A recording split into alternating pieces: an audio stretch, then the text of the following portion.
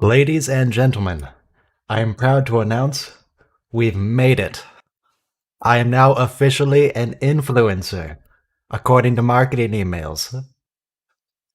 That means anything I say you guys have to buy. Them's the rules. We've done it. So, from now on, we're going to go ahead and be an unboxing video. We're going to make some nice product reviews. No more Star Trek. Star Trek's over with. It's all about the influencing these days. So thank you for joining me. Thank you for joining me for my unboxing video. Today, I have a camera, but I'm not going to plug it in because why would I do that? But today we're going to be reviewing popcorn. So here on my desk, I'll shake it around for you. Might be able to hear that popcorn. We've got some Orville Redenbacher popcorn kernels with some Amish country popcorn butter oil. And I would give it... Okay, we're done with that little bit. That's enough. Hello. How's it going, everyone? That's enough of that little bit. So, yeah, I've gotten actually a very, very similar email to that before. I just didn't post anything about it like I did this time. Because I think last time I missed the fact that it called me influencer instead of Ryan. You would think someone whose channel name is Ryan's Edits and whose email is Ryan's channel email, it would be quite clear what my actual name is and that people could refer to me by that. But nah, influencer's good. Would you like more popcorn? Well, on this particular batch of popcorn, I don't know if I can give you a totally fair review because I did over-season it a little bit. I put a good amount of salt on and cayenne pepper, but I did put a bit too much black pepper on it. Fresh cracked. It's fresh black pepper. But it is irritating my throat just a tiny bit because I put too much on. But that's okay. I'm quite content with the oil, with the butter oil that I've used, the Amish country. And so here's something about popping popcorn on the stovetop. Obviously, you use coconut oil. Oh boy, I've got this episode just playing in the background while the countdown starts to give some sort of video. This is just painful to watch already, and we're not even started. I don't even have audio on. Anyway, coconut oil on popcorn. Coconut oil is critical, but when I was going to buy ingredients, I wanted to see if there was a difference between refined coconut oil and extra virgin coconut oil. That's what it's called. And everywhere I read online said, oh, the extra virgin coconut oil will give you a very slight coconut flavor. You'll be able to, it'll accentuate the flavor. It's like, alright, well, it's the same price, so I guess I'll try it. They lied to me. Refined coconut oil and extra virgin coconut oil, they smell different. But when you actually cook it on the popcorn, it makes absolutely zero difference. It's exactly the bloody same. And as far as I can tell, every single popcorn butter oil brand also tastes exactly the same. So I don't know what the point of that is. So I don't think I'd be a very good sponsor choice because I'm just going to say, look, it's basically exactly the same as every other option. Just buy some coconut oil and some butter oil and you'll be fine. That's all you need. It doesn't matter whose. It's all the bloody same. Yeah, just trying to kill time until the timer runs out. Yeah, we're a review channel now. Only reviews, only unboxing videos, no more Star Trek. Because I'm an influencer now. Them's the rules. That's what you gotta do. No, don't hug Wesley. Okay, I'm just gonna try to not watch the video, because I don't want to cringe until it's time to cringe at it. Save that for later. So perhaps you people can help me understand something. Last night, I was playing a game of Star Trek Bridge Crew, which, if you're not familiar with it, it's a full 4-player game. Each You're all on the bridge of a starship. You each have a different role. There, one person plays the captain. There's the helm, tactical, and engineer, and you work together to complete various missions. A few months ago, I was playing with some guy who had some misconceptions about how one of the game mechanics worked. So we went through and we tested it together to verify how it actually worked, and we determined, we got the result. We got the right result. We went through and tested it somewhat extensively. This is unrelated to what's on screen. I'm just killing time until the timer counts down because I want people to have time to join the stream. So that was a few months ago. Played with a guy, corrected some misconceptions. We went through and tested game mechanics together and cleared up some things. Today, or last night, I got in a game with that same guy, and he was off spouting the exact same misconceptions that we definitively proved were wrong the last time we played together. Now, I don't understand that thought process. I don't know if he just forgot what happened. I don't know if he just forgot, or if he didn't believe the results in the first place and he just pretended he did it even though he was there. Could any of you understand that thought process and help illuminate me? Because I don't know what happened there. If I'm even making sense. I don't know. I just say words just kind of happen. I don't know if it makes sense. You know, you won't be able to see this because the video's not playing for you guys. But them playing the harps in the background of the video, it lines up perfectly with the jazz at that moment.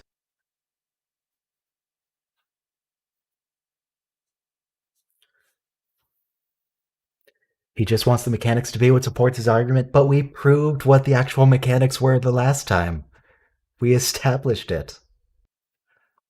It was proven. Do you guys not hear the jazz?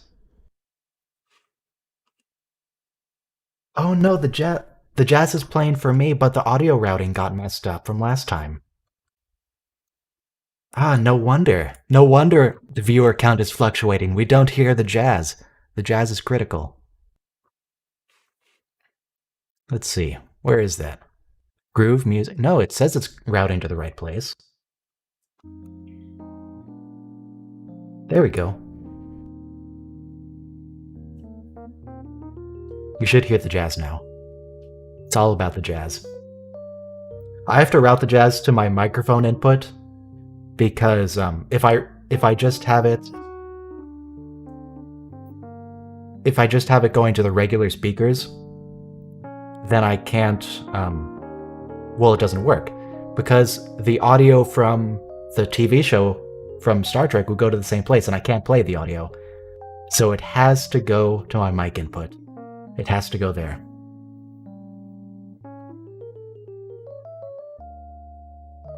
Actually, next week, I'm hoping for next week to get a guest on for this.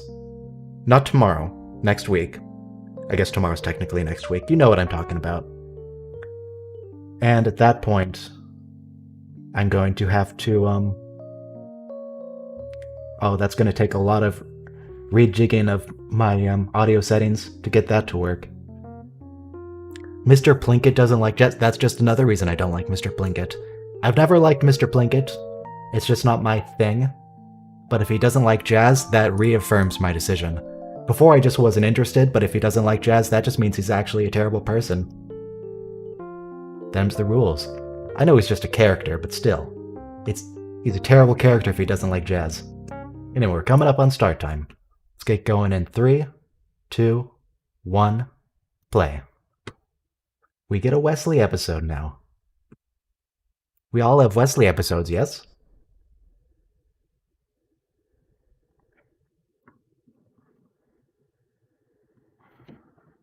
Rubicon star system.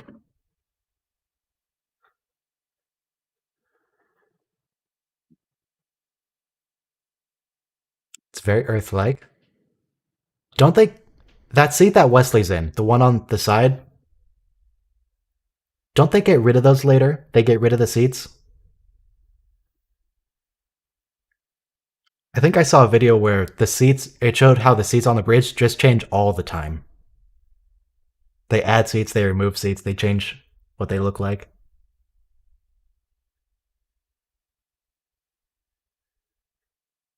It's true, jazz was invented in Star Trek. It's purely a Star Trek invention.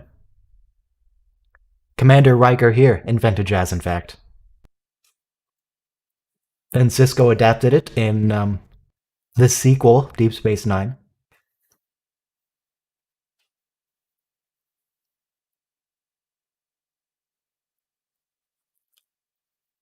So, ultra lawful? Are they lawful good or lawful evil, lawful neutral? What's going on? But Tasha Yar. Tasha Yar compiled a complete report. Something tells me it's not as complete as she might say. Chaotic lawful? Honestly, it seems kind of chaotic lawful. I could go with that. That seems like an actually surprisingly apt description.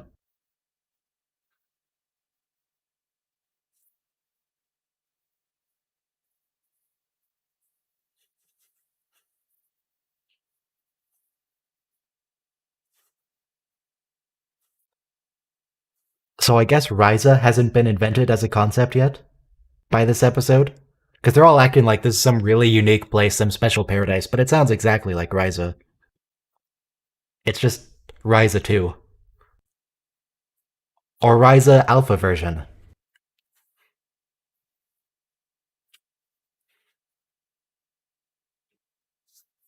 Except Ryza doesn't murder you if you step on the grass.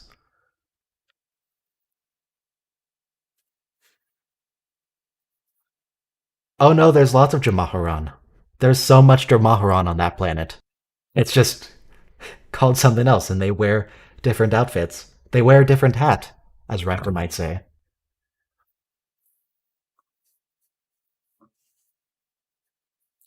Yeah, their laws don't have the intent requirement in their laws. There's no intent. It's just, did you do it? Yes, guilty. And the consequence for that guilt, well, we'll establish later. Turns out it's not terribly pleasant or even vaguely reasonable. But it's okay, because we'll get a nice Picard speech out of it. And the Picard speech is really what we're all here for. I mean, people might say, oh, they really like Wesley's character development, or they really liked Gene Roddenberry's writing, because this is very clearly a Gene Roddenberry planet. But really, what we're all here for is the Picard speech at the end. And we're definitely getting one of those.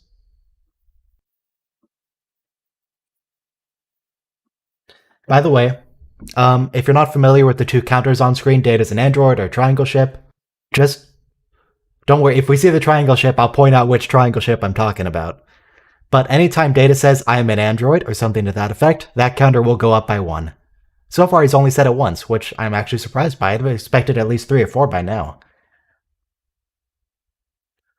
But that triangle ship is just used constantly. We're going to be looking for the triangle ship. I don't think it's going to show up here.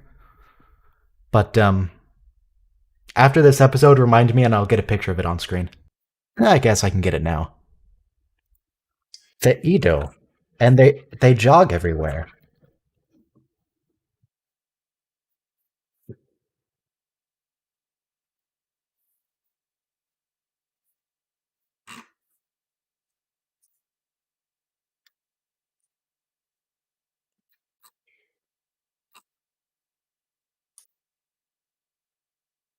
Alright, real quick, we'll just put this on screen. This is the triangle ship. This is the ship that shows up absolutely everywhere. They keep reusing the exact same one. So just keep an eye out for that. Oh, okay.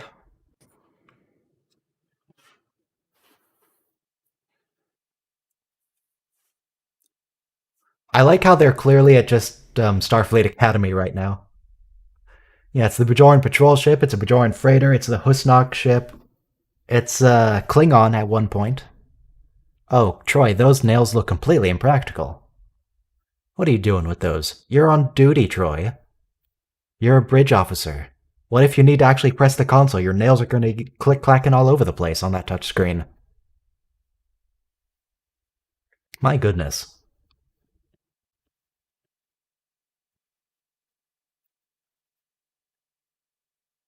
Like the happiness is very clearly an innuendo. Yeah, I don't think she means strictly happiness. Exactly.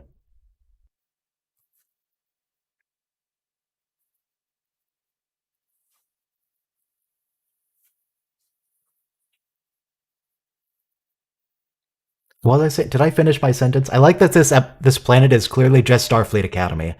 It's the exact same space.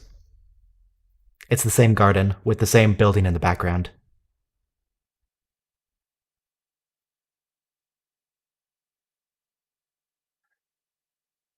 So apparently Ito is in San Francisco.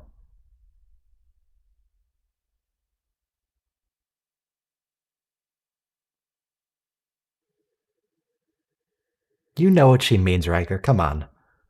Don't be coy.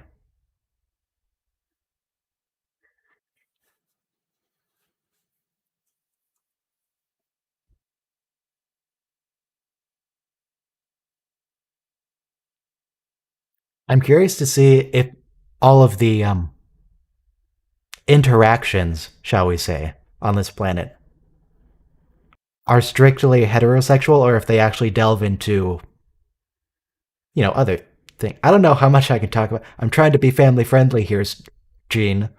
Gene Roddenberry's not helping my family friendly content.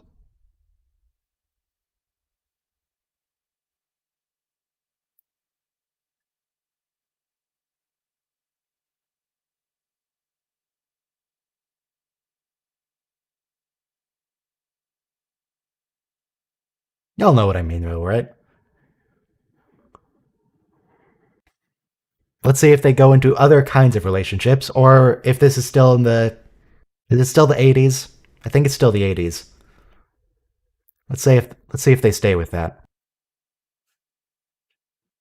Because the dude was talking to Troy, and the lady was talking to Riker.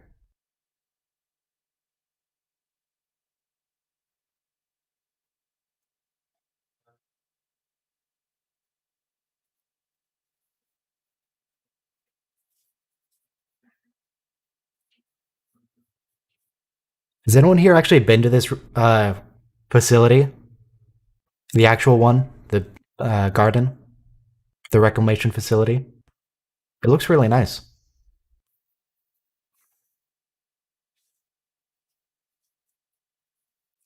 I mean, it looks pretty warm outside there right now.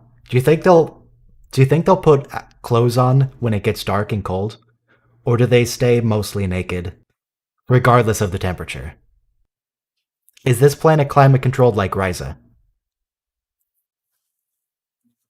What if it rains? Presumably, if it rains, they just stay inside, I guess.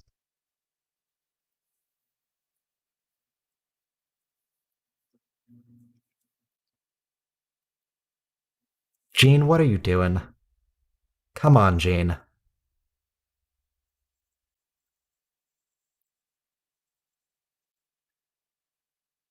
If you ever see anybody talk about the new shows and say like, "Oh, those sex scenes between Soji and the Romulan dude, that was solely the vision of Gene Roddenberry," just direct them to this episode. Just direct them to anything Gene has written ever.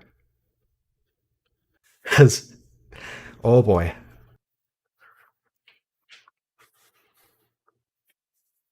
Gene's all about that.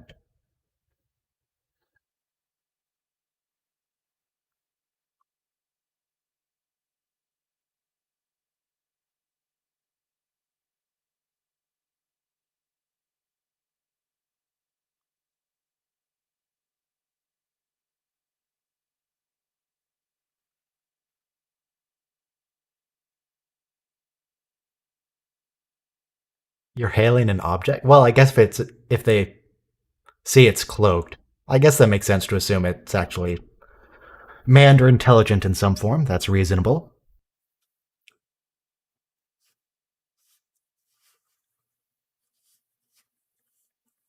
We'll also see that prop being used for that thing that's outside. We'll be seeing that used one other time later in the series. Much later, like 3 or 4 seasons from now.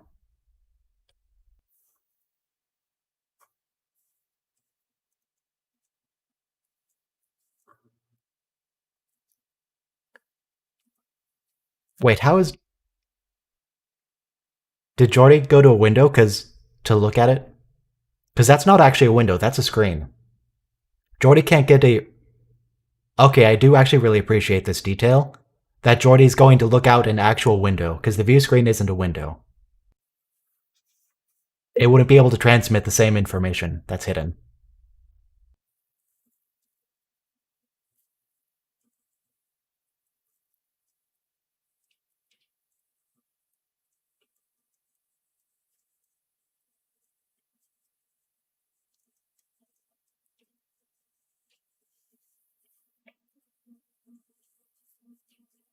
Okay. Yes, we can see it, Mr. Data, thank you.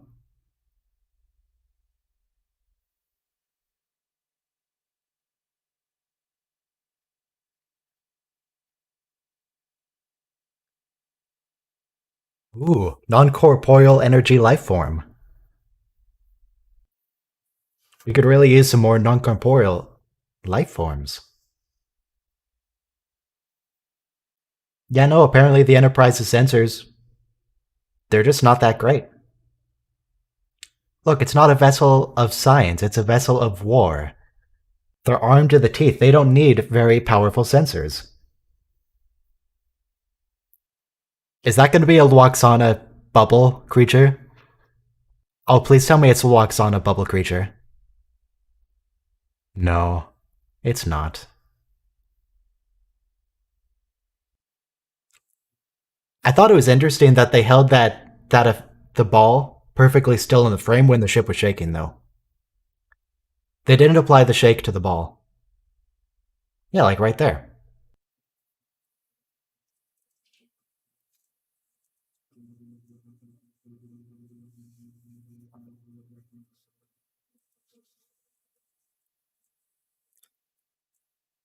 No, the God ship wasn't used for the Borg. It was used for the Lysian Central Command in the episode Conundrum. I think that's the only other time we see it.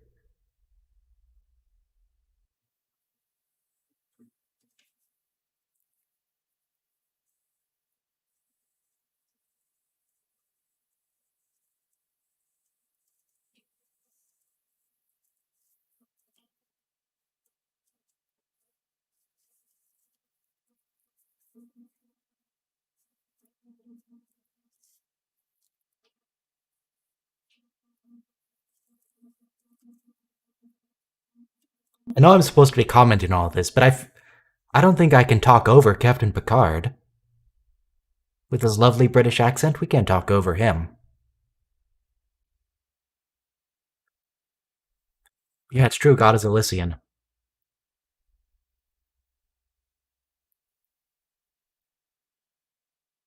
Oh, are you going to say you're an android, Data? Data, tell that creature what you are.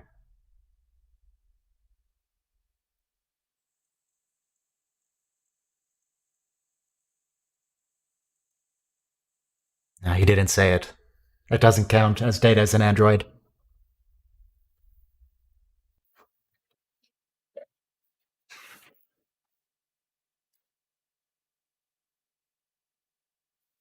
He's clearly thinking it, but he needs to say it out loud.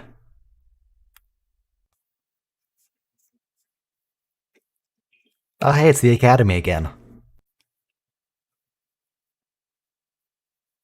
Oh, careful, Wesley. You might go on the grass there. It might be forbidden.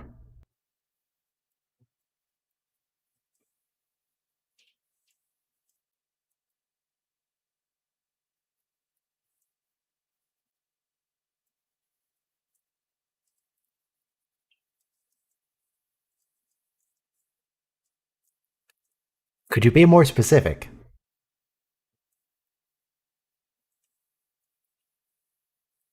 What kind of. There are a lot of games you can play with a ball.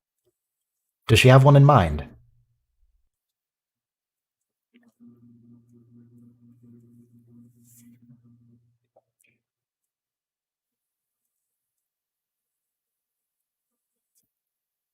Okay, that was certainly something that can be happening in the background. Thank you, Gene. Thank you for that.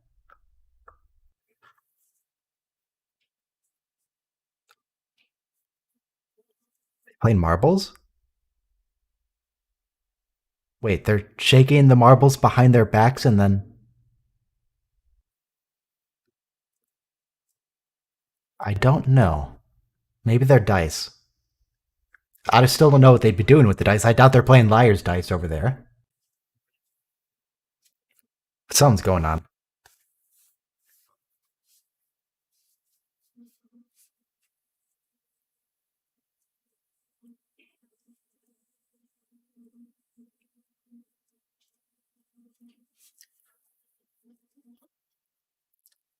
Do you think Worf is a Gene Roddenberry self-insert here?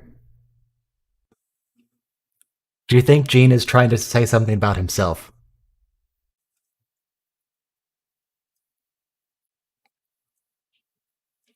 Okay, I want that thought out of my head immediately. Okay, it's just Worf. It's not Gene. Don't think of it as Gene. Don't picture Gene. It's just Worf.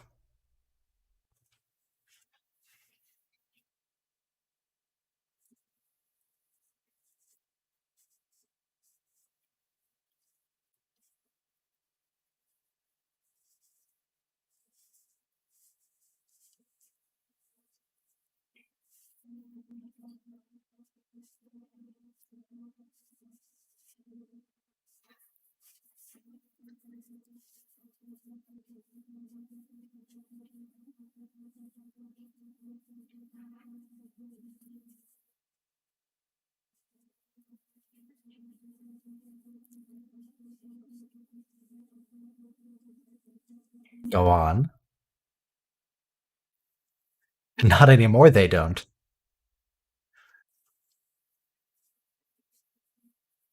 It's okay if someone breaks the laws, they don't break it for very long. And they never reoffend.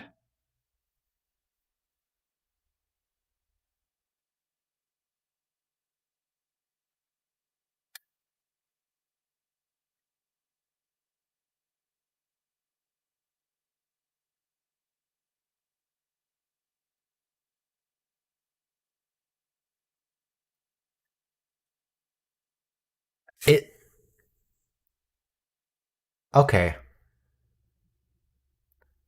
I. I have a thought. The zone selection. If this is done by computer, if it's actually random, then. Well, I mean, there's clearly issues with that anyway. But do you suppose the mediators decide for themselves what the zone is? They don't tell anyone. So if they see someone they don't like committing a crime, could they just make up, oh, this was today's punishment zone. Looks like you gotta die now. How susceptible is the mediator job to corruption?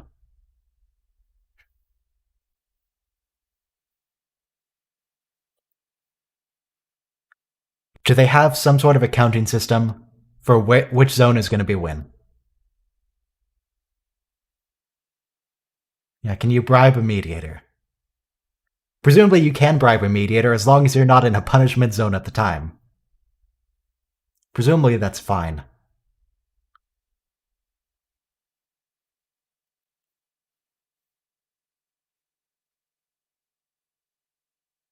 Also, if someone. Look, there are just so many problems with this, but look, look. If someone. If one of the Edo just straight up murdered another, but they weren't in a punishment zone, wouldn't everyone be cool with that? Would anyone mind? Or would they just be like, well, I guess it was his time? Oh, no, you disturbed the plants, Wesley. Oh, that was a bad move, Wes.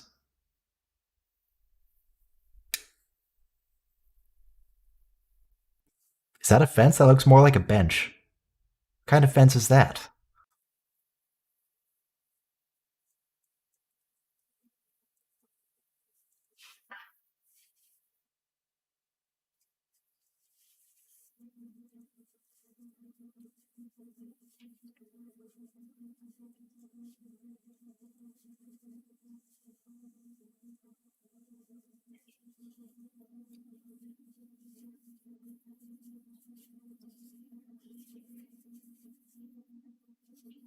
Yeah, the guy who threw the ball. No, he's not responsible. Throwing the ball and breaking glass is okay.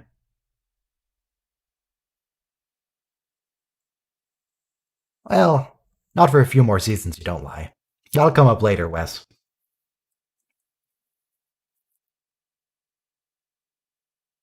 Might get a good speech about lying later on, but not today. What do you mean they listed nothing about punishment? That seems like an integral part of the legal system to look at. What are you talking about, Tasha? How did. Sure.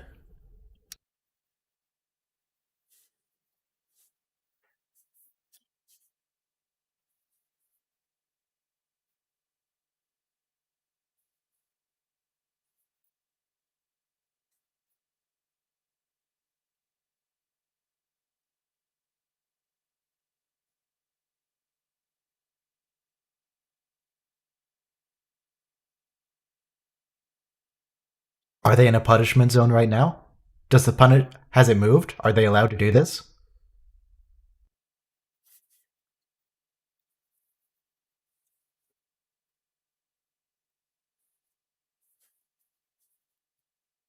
A kind of syringe. It's some kind of syringe. It's a syringe of some sort.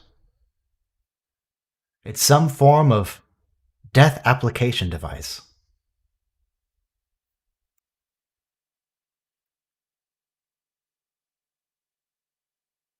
Okay.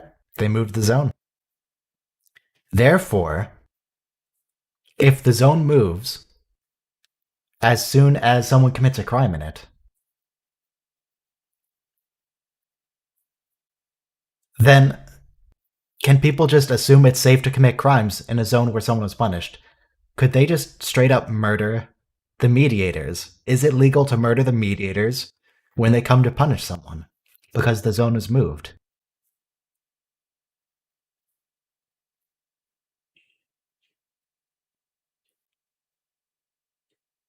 Some form of information exchange. Interesting. Thank you, Captain.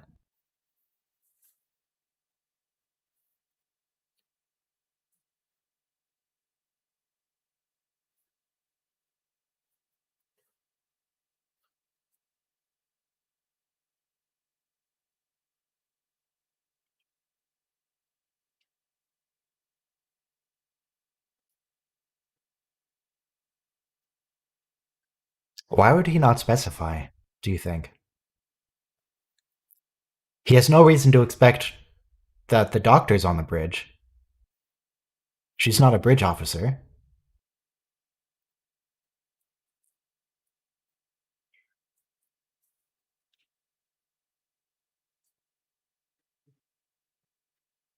Unfortunately, with that syringe, mishandling or proper handling can cause sudden death. It's the death syringe. It's some kind of death syringe, at least.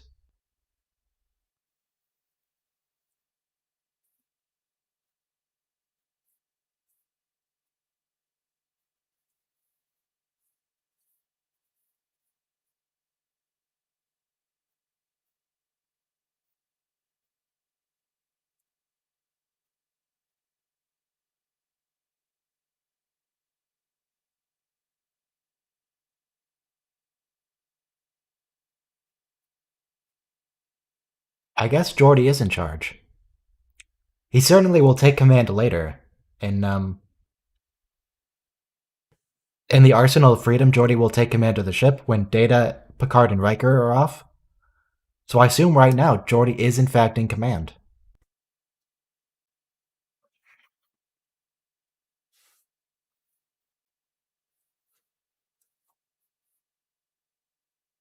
Do you guys suspect there can even be justice, so long as laws are absolute?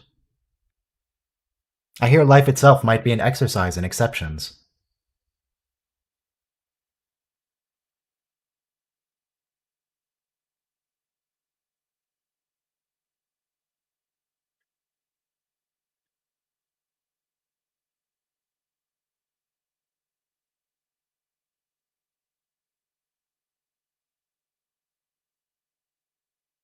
Oh, there's Geordi.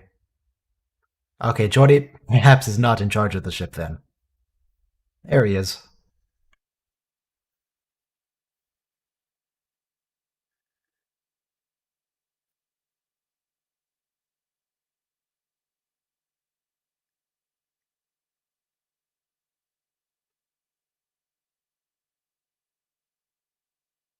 Maybe the doctor's in charge of the ship.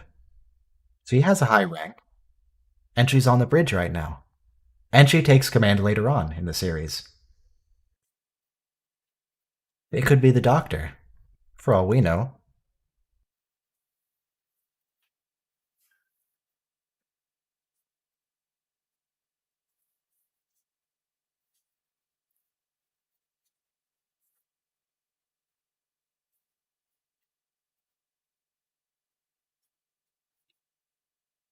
Yes, I would say that is an accurate description, thank you.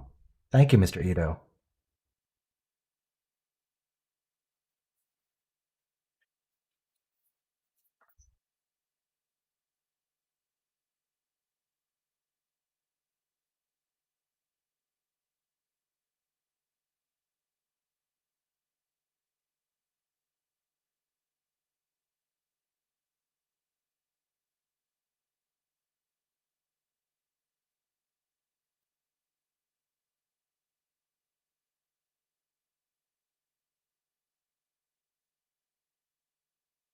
Go on.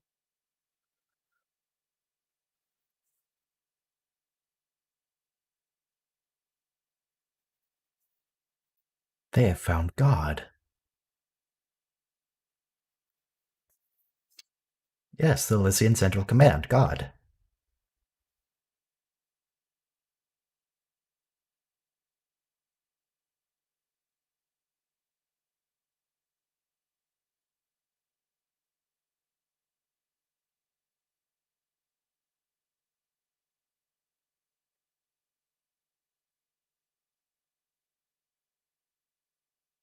Ah, there's the doctor.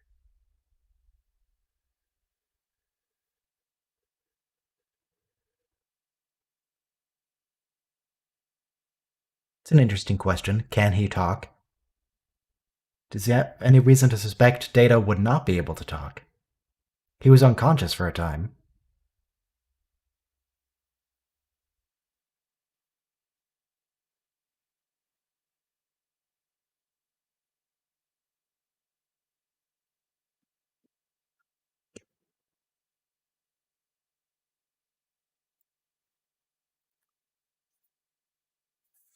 You're not a hostage, lady. You're there to meet God. My goodness.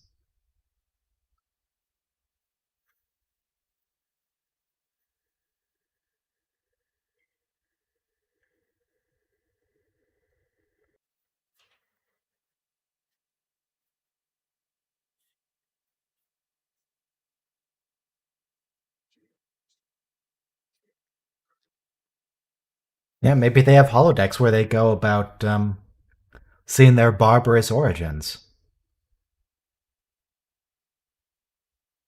Hey, I'm already unmuted, my fellow Ryan. And we only slightly forgot the jazz earlier. It's all set up correctly now. We'll get the jazz in the break again.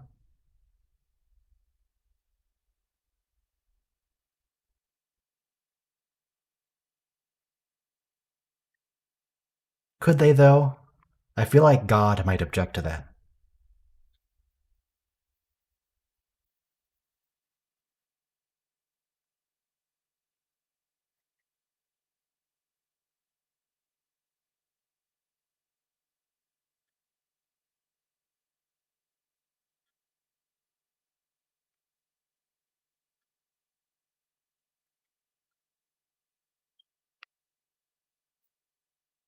Oh, hey, God, what's going on?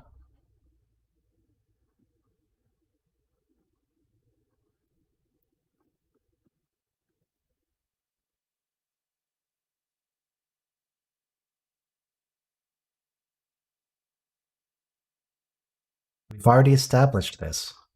Yes, Picard. My goodness.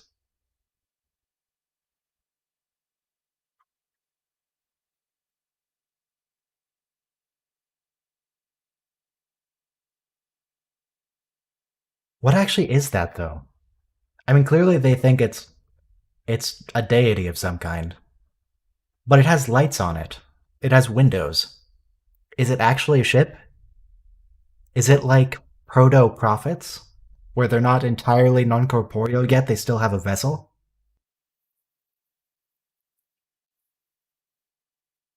It has to be a ship.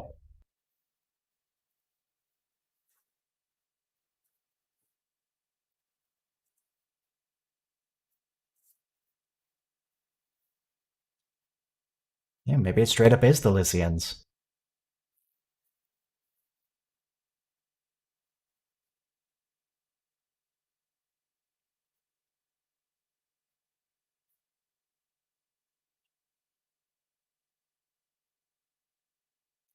Engage. He said engage there twice. He didn't say energize. Is that a blooper? Does that need to be reintegrated into the scene that it's already in? Oh, but to be fair, energize is what he says in that room.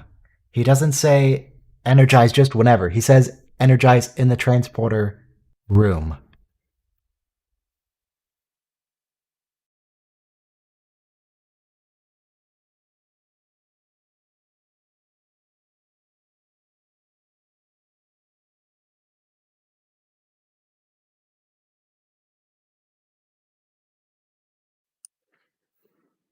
Yeah, if he said energize, they would know what he was talking about sooner.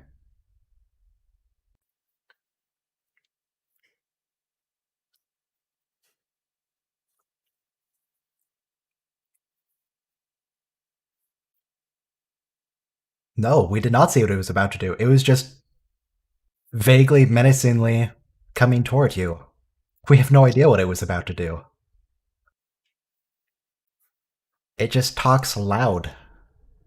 It just yells at you. That's all it's done so far. What was it about to do, Picard?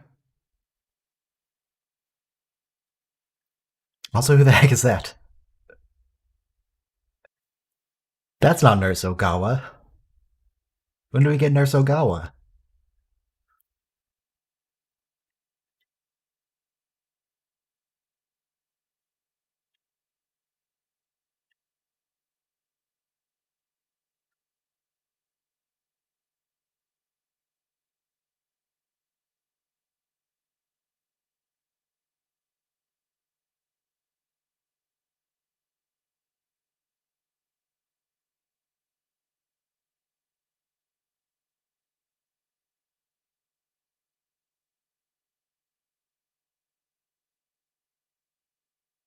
Okay, so they are basically proto prophets.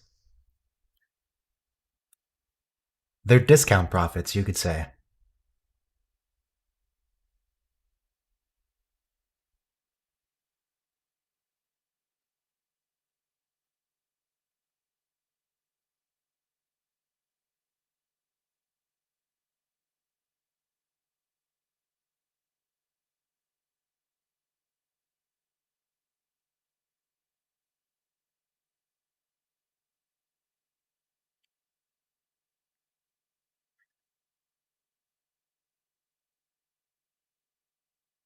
I assume how they handle the Wesley situation will be the deciding factor on whether they're accepted in orbit.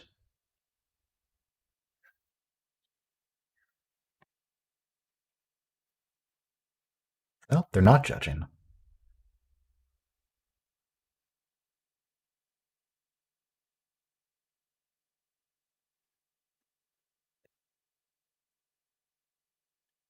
So they know about Data's interactions with Tasha.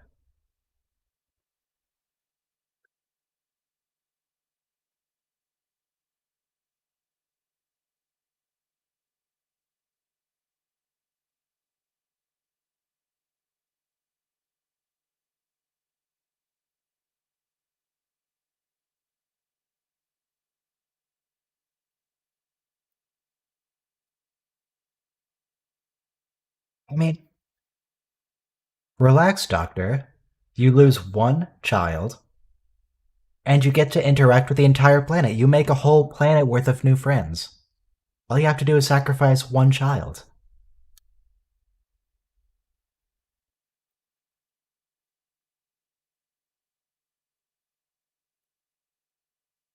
I mean, just because Gene Roddenberry likes that particular child, might still be a good deal.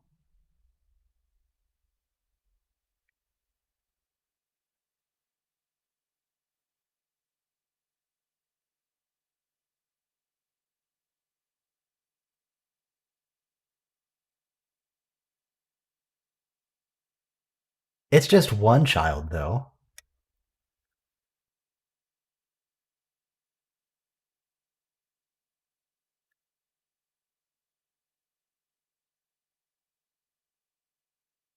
Why?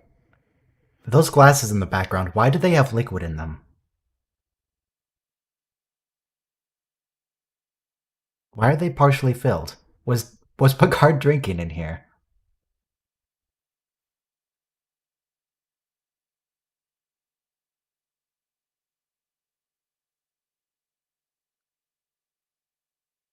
No, Picard, he's just an acting ensign. Take away his rank. Then he's not a member of Starfleet. Then it's fine.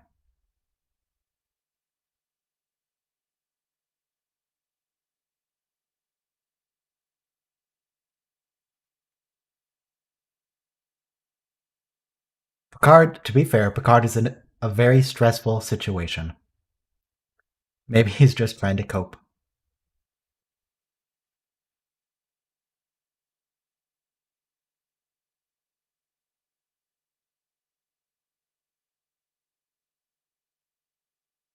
I don't know, I think maybe you should let arithmetic decide questions like that, Picard.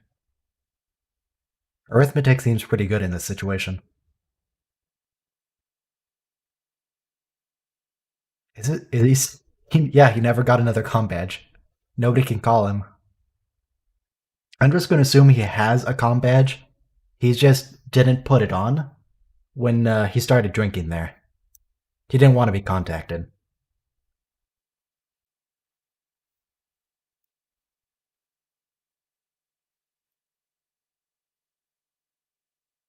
Oh, I noticed Data. Look at Data's rank pips. They're different here. One of them, instead of the last one being black, it's the same color with a yellow band around it. Check out his pips.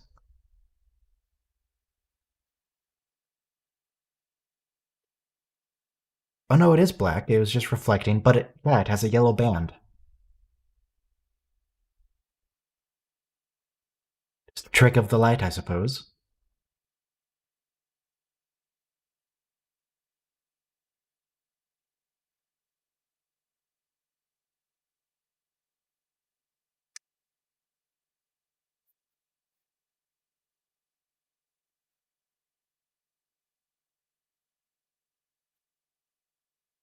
I'm just looking at people's rank pips. I see Beverly as a commander.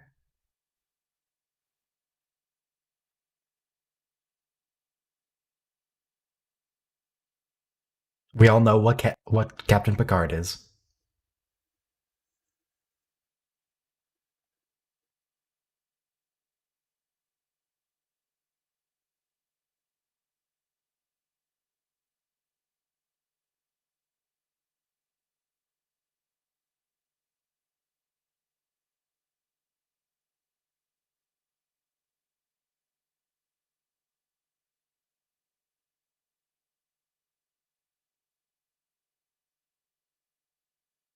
We know what rank Picard is. Picard, are you? Yes, Picard. Use that. Use that to denounce their value system. Yes, you are. Your gods and your gods demand that you not execute people. You can use this to your advantage. Manipulate them. You're never going to see them again.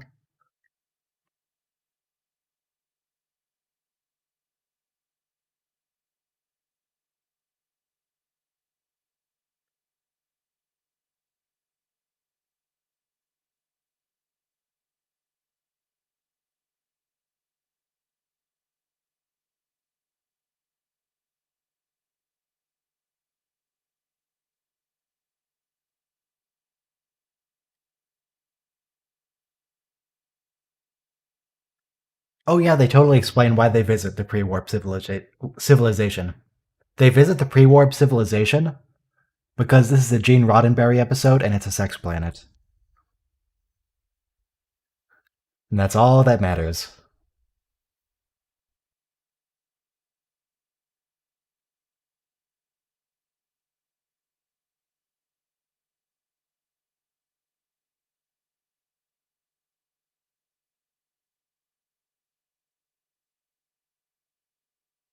All right, we get our Picard speech. We've been waiting all day.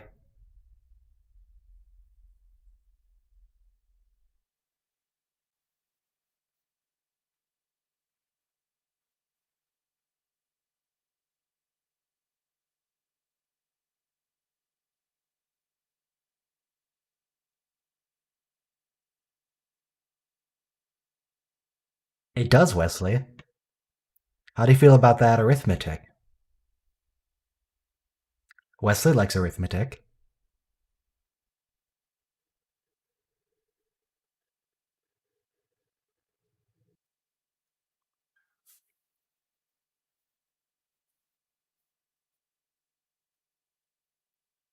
Does Wesley have a rank pip?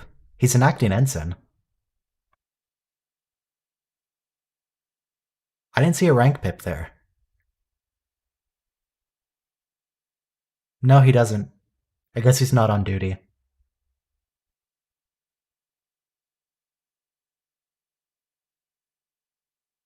And God says no.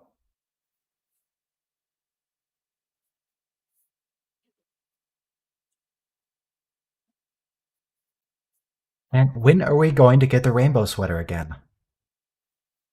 When do we get the rainbow sweater? Oh yeah, he got an acting ensign last week. Hey, this is the same camera angle they used for the Q trial.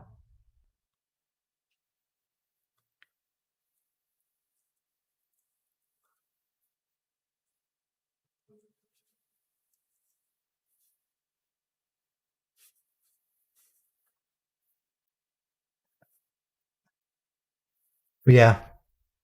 The Edo Lord? What do you mean Edo Lord? But when do we get the rainbow sweater? Wesley's only worn it once so far, I think. Do we need a rainbow sweater counter?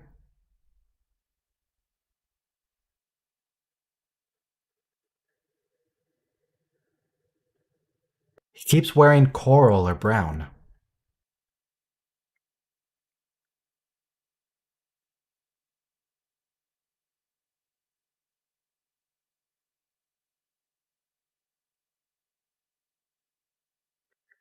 Oh, do we get it in hiding Q?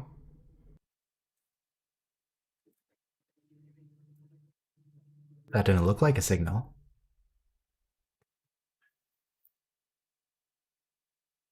I mean, they get.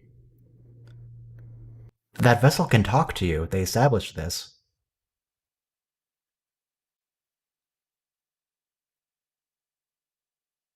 They could have just said something.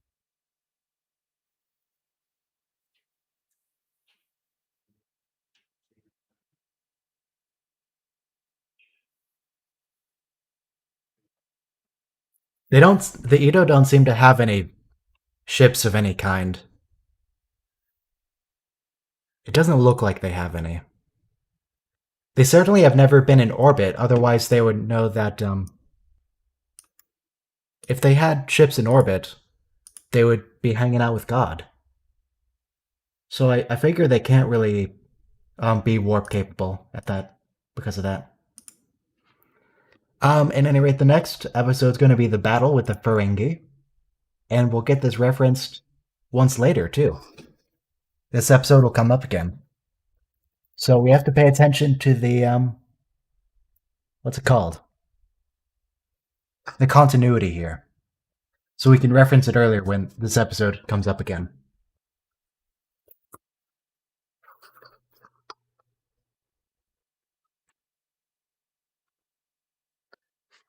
Oh, I just remembered.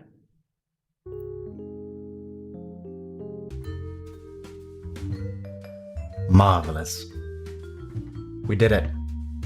We got the jazz. Oh my, I just skipped ahead a little bit to just get a little bit plain in the background, so it's not just black. Guess what we're getting in this episode? Without looking ahead, can you guess what we're getting in this next episode? Other than the Ferengi. We're definitely getting Ferengi.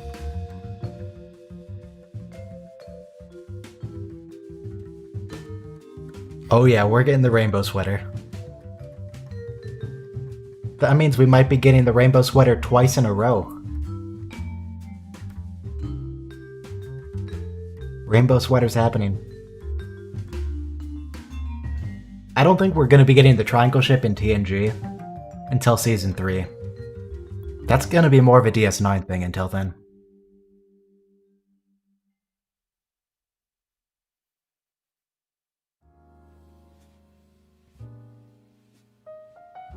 This episode should be interesting.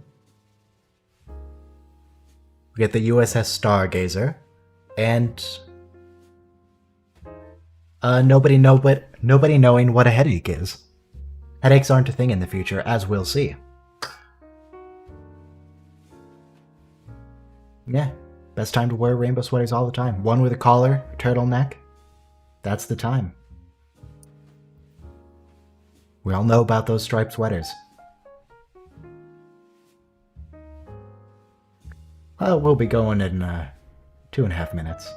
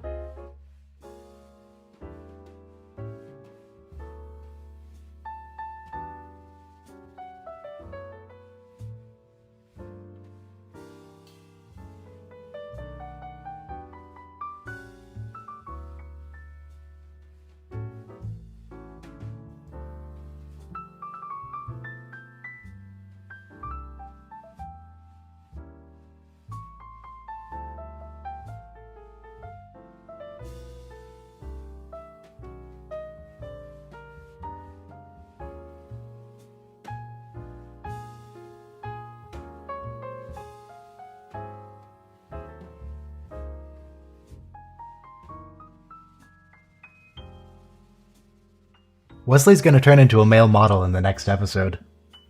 That's gonna be a thing. I think it's the next one at any rate. So, in this episode that's coming up, they're going to represent Starfleet medicine as being able to cure basically anything. I wonder if that is why they're so terrible at quarantine procedures.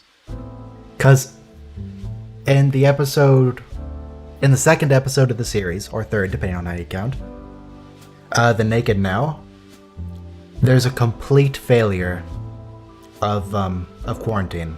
There's a disease on board, it's spreading, and they don't do anything about it. I wonder if that's because they're just so convinced they can cure absolutely anything with a hypo spray. They don't even bother. Because that works out real well for them. Yeah, same thing happens in Babel. Starfleet just does not how to contain a disease.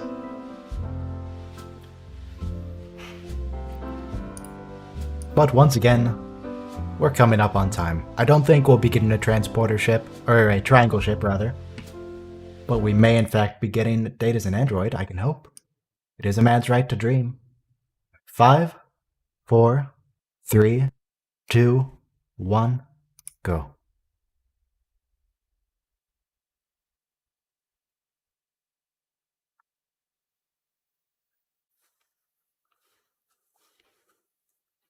These streams are every Saturday and every Sunday. TNG on Saturday, DS9 on Sunday, so that'll be tomorrow. The schedule, as you can see on screen, is in the description.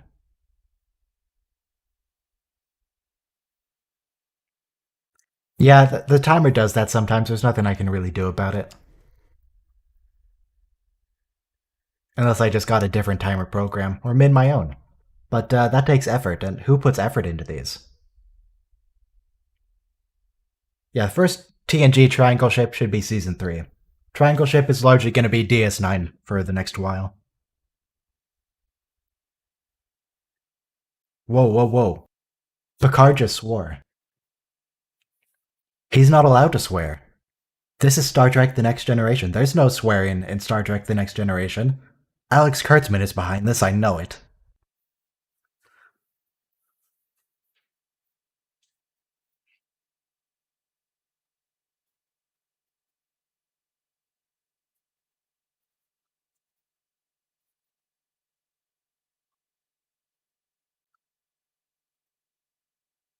I don't think Picard's going to go to sickbay.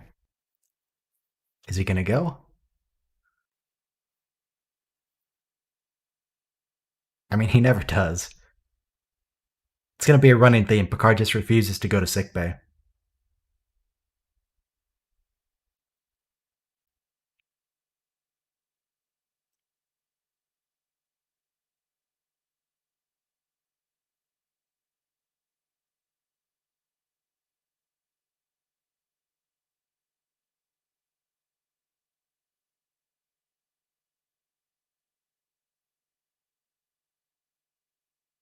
I assume they can see that, Captain. I don't think there's any need to explain.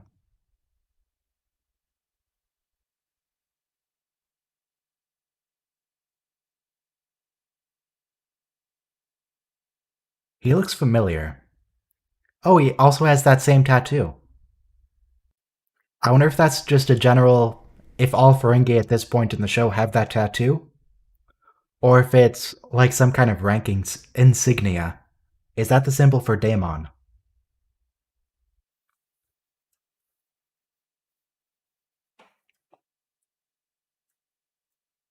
Yeah, the time will still be accurate, it's just rounding errors. It'll miss it sometimes.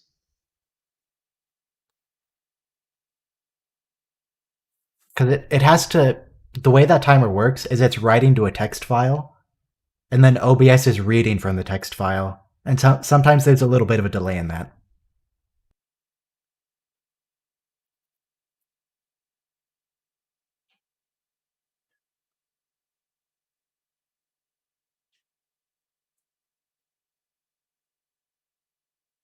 Well, at least Daemon Bach seems pretty eager to meet him.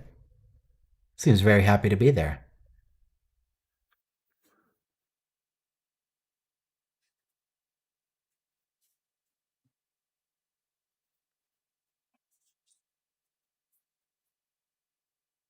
I mean, that's some very dramatic music to be looking at a view screen. But alright. Maybe it is one of the rules of acquisition. Maybe it is. What if that were a rule of acquisition? What rule of acquisition would Daemon Bach embody? Let's see.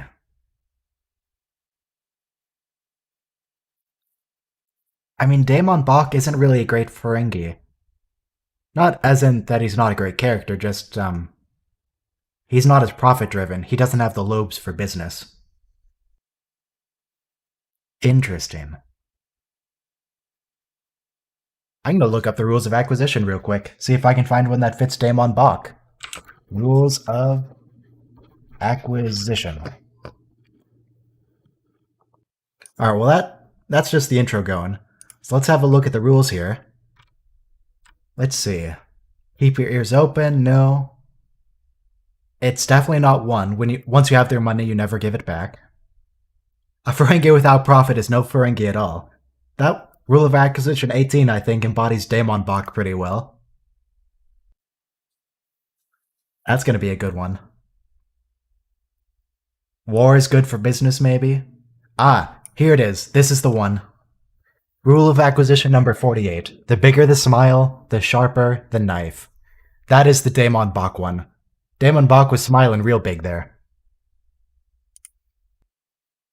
Rule of acquisition number 48.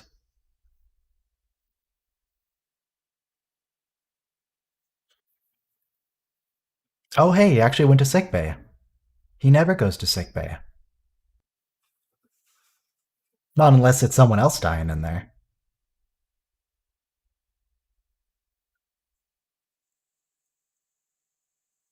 I mean, they're actually. Yeah, they happen all the time, Doc.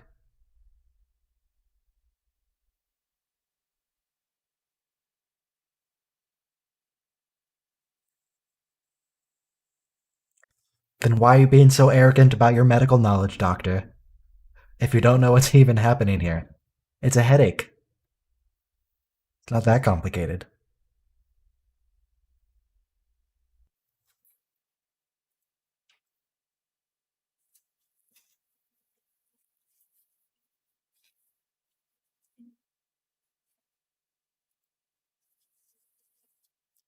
It's the rainbow sweater. We did it. We held out hope. We we kept the faith, and see how our faith has been rewarded. We have the rainbow sweater.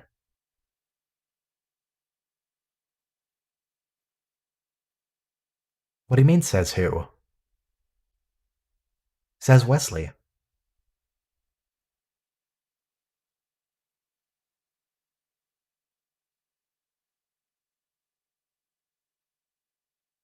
Later, Data.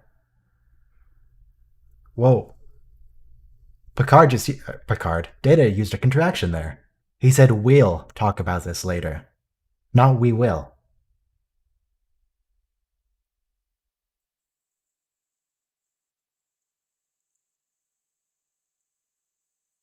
It doesn't look mild. You're emoting all over the place.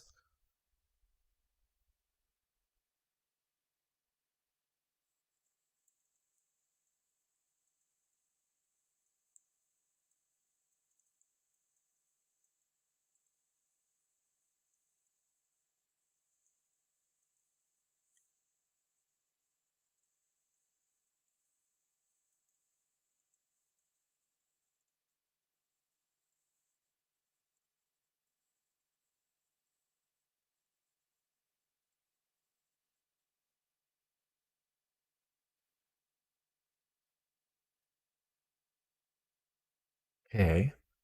Picard doesn't seem to be reacting to the Stargazer, though. Did Wesley not point out what the ship was? Or did he just say Constellation class?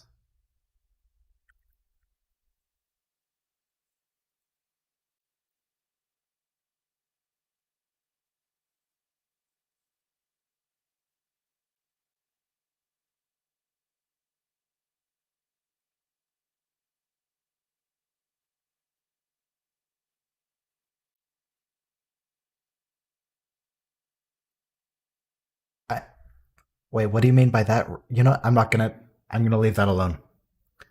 Does does Damon Bach have no interactions with other cultures? Because literally every other culture besides the Ferengi clothes their females. I mean, even the people from the last episode haven't had them half clothed. It's interesting that they're so not used to this. If when they're a spacefaring civilization who does a lot of trade with other cultures, you'd think this would be a thing they're used to.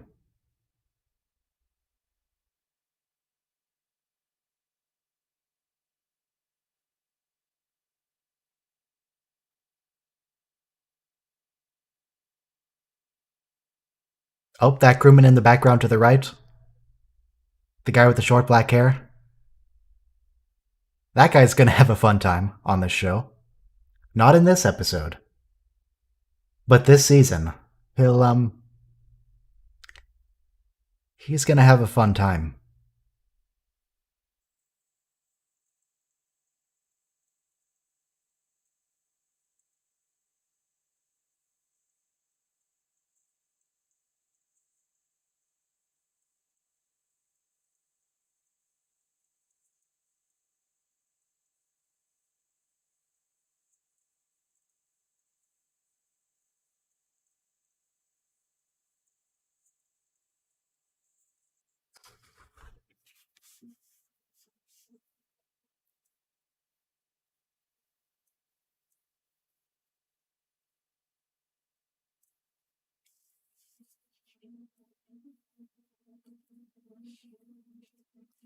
No price.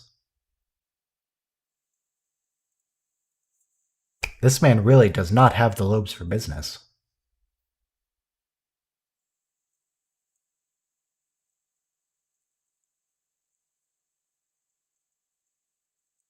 I feel like this is inconsistent with the rest of the episode, though.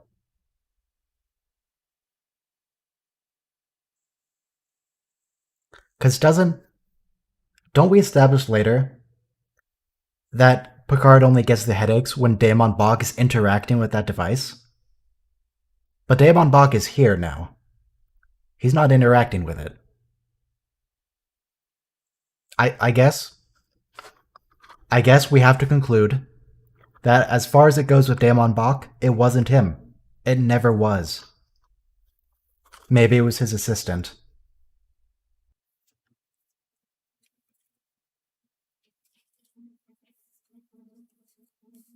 It's true.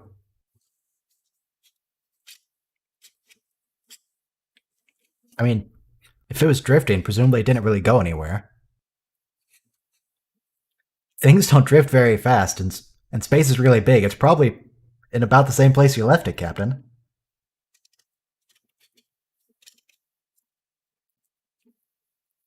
It's not like it went to warp by itself. What do you mean, where did he find it? Ah, that's a good point. He may have gotten one of the other Ferengi to interact with the device. In which case, it wasn't Damon Bach. It never was. It was his assistant.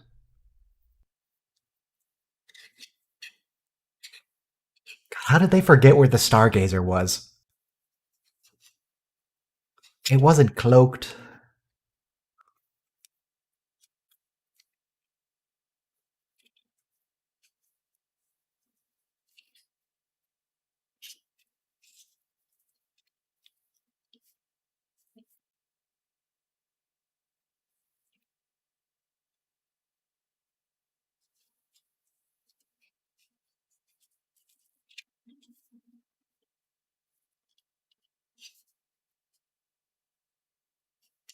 Okay, Picard's having a breakdown.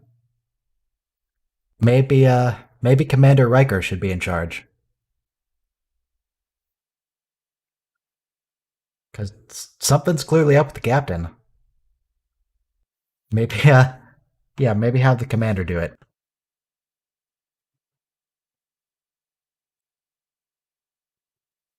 No, do not send the captain. Something is clearly wrong with the captain.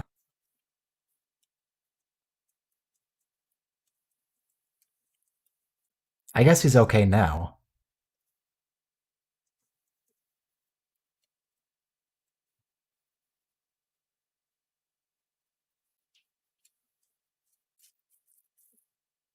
Vigo?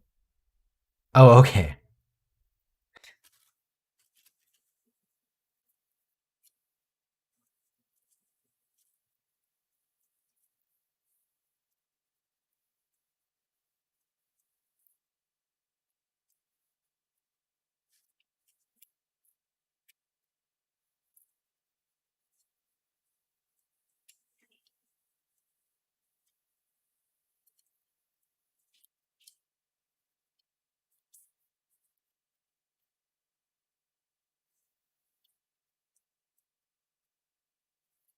Very emotive today, Captain. He's using props, he's smacking his hands around. Is that because of the device? Is the device making him more emotive? Besides, we all know that's not the real Picard maneuver. Everybody here knows what the Picard maneuver is. It's impossible to miss.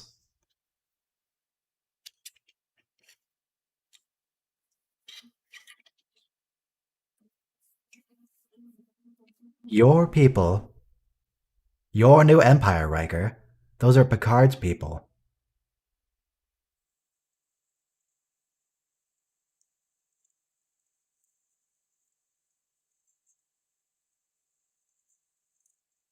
Alright, everyone, check the bridge, check the debris, look for rocks.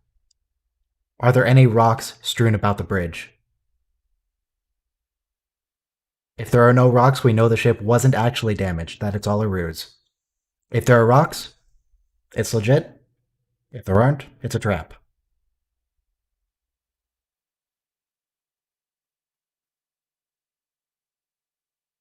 Oh, there's a really, well, I don't know if it's a really good outtake, but there's certainly an outtake for that little clip of Picard, of Data reading the plaque.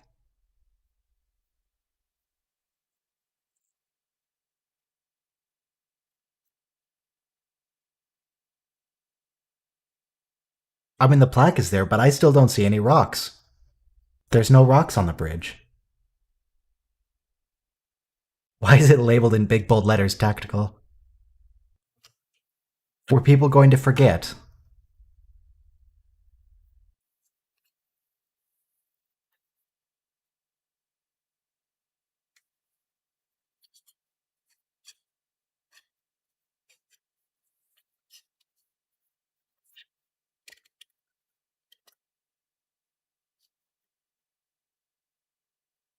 Nope, that's shrapnel. It's not rocks. Doesn't count. Therefore, we know this is a trap. The Stargazer wasn't actually damaged. It didn't come out of the consoles.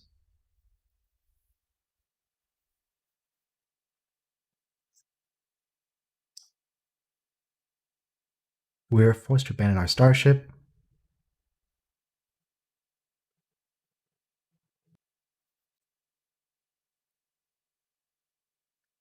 So the rocks, if you watch, whenever a ship is getting damaged in battle, physical rocks will explode out of the consoles and they drop out of the ceiling because they don't have actual debris, so they just drop rocks all over the place. But if there are no rocks here, then it can't have really been damaged. All Starfleet ships, when they start exploding, they have rocks explode everywhere.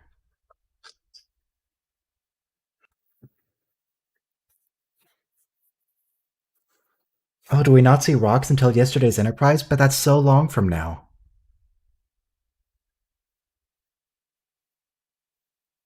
We have to wait 3 seasons for rocks?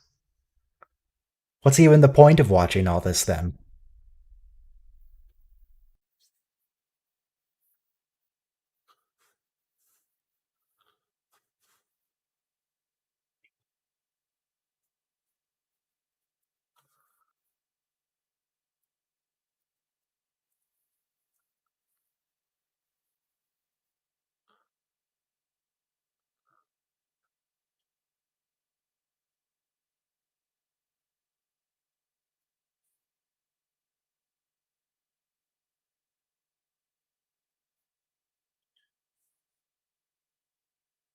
That must be why people skip.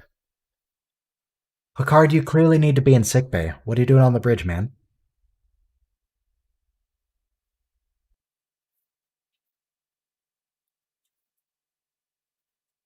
Come on, Picard, you're sick. Go to bed.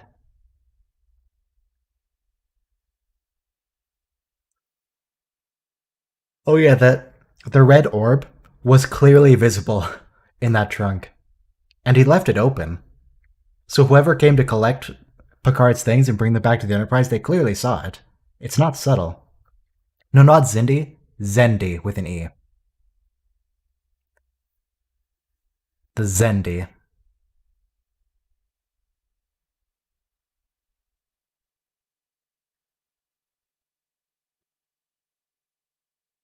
There it is. Though it's not open now. But Picard was interacting with it before. There's a giant glowing red orb that wasn't there the last time he was in those quarters.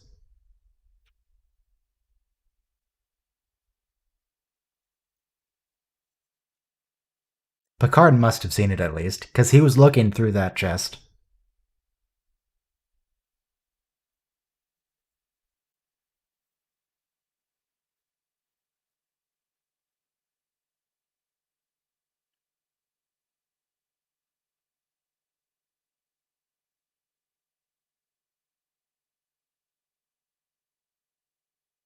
Data, do you care to actually report, or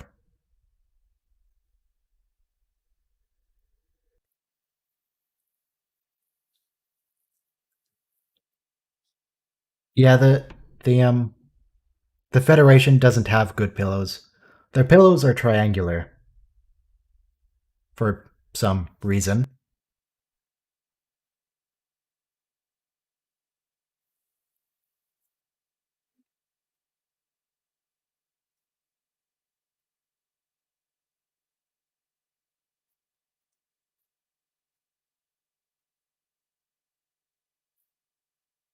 Data, it's just a deepfake. Surely you know about deepfakes in the future. It's not real.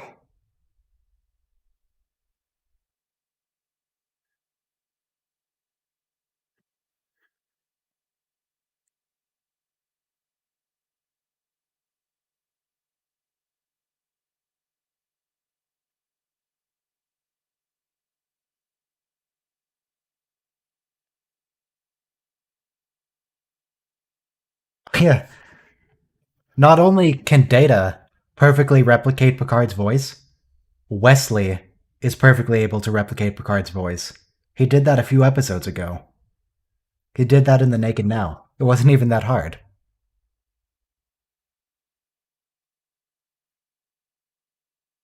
Maybe you should do some analysis of it. Not just, it sounds like him. Maybe you should actually look at it.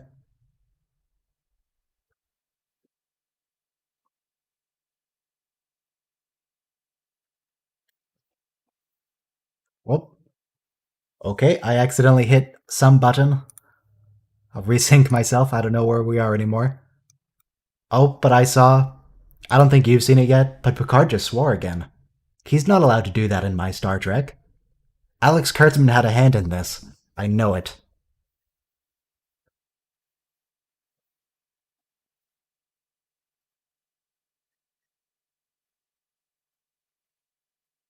I really want to start keeping a counter of how many times people swear in Star Trek. Just so I have the number to reference.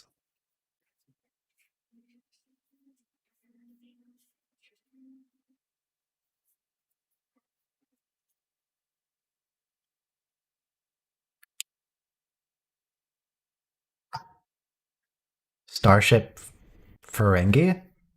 Did they name their ship Ferengi? Oh yeah, it totally counts when he swears in French.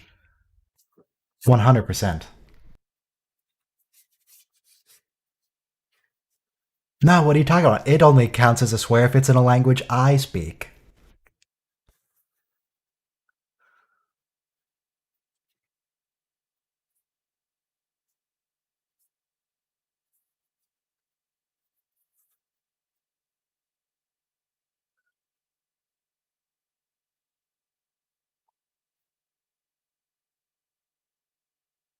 You are all ears. I don't know why he's complimenting himself like that.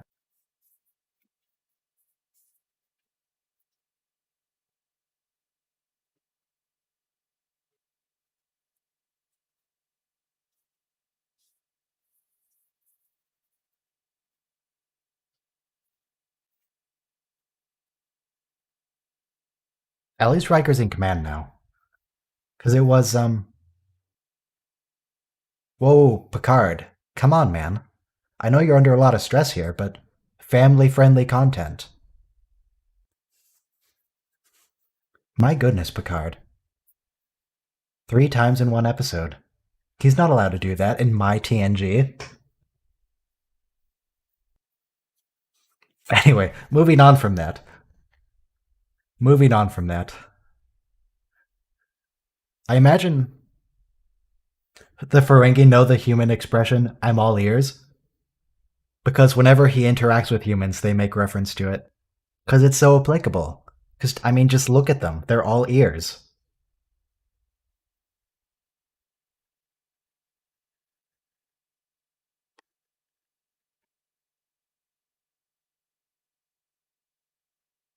Is that some kind of medical instrument?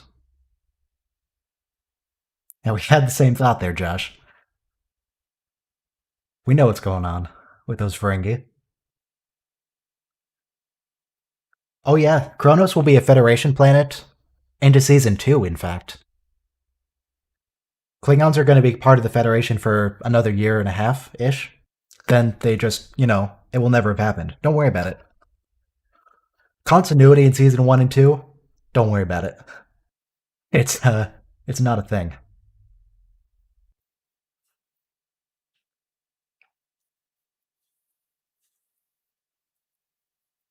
You've destroyed many vessels, Picard. Yes, you've done that many times.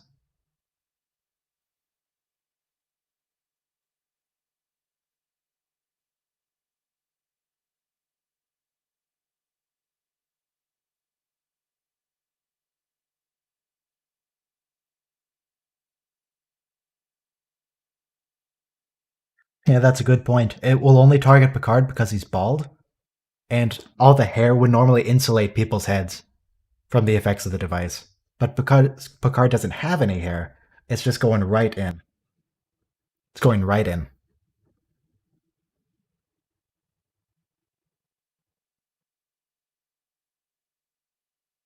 No, Counselor Troy doesn't have a job right now. Counselor doesn't mean anything. She just kind of sits on the bridge and talks about how she can't sense things. She'll start counseling people in a couple seasons. It'll be okay.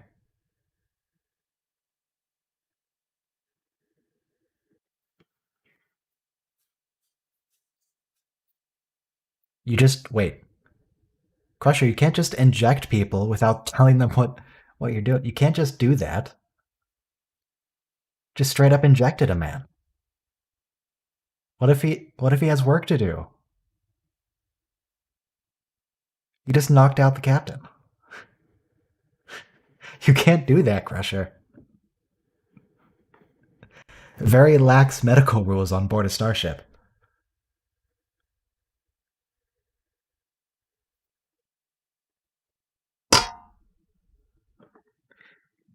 Troy will do some good counseling later on. She'll get a chance to counsel later. But yeah, not yet. Nope. For now, she's just gonna hang out, really.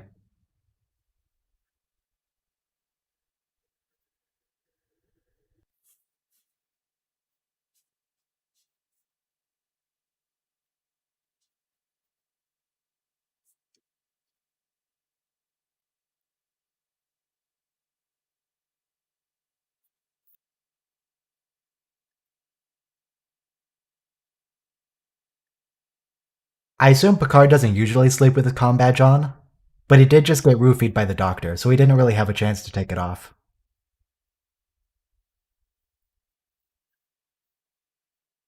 He probably takes it off normally.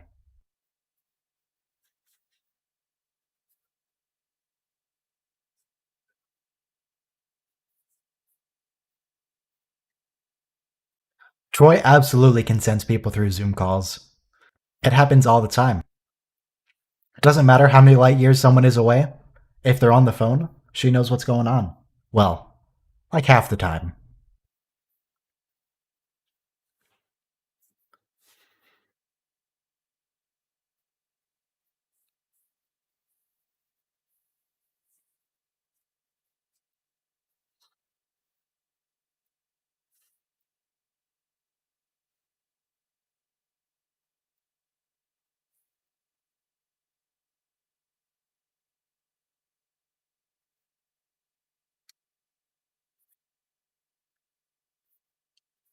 Yeah. I don't know why the entire crew of the Stargazer is glowy and transparent, but yeah. Do you suppose Picard sees them as ghostly? Or does he see them as normal? Because they looked pretty ghostly.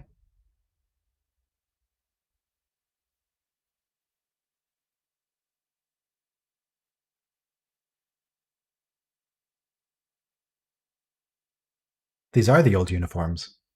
The Stargazer was only 9 years ago, so they may still have the exact same uniform as now. They shouldn't. They certainly wouldn't have TOS uniforms because they got changed like 80 years ago.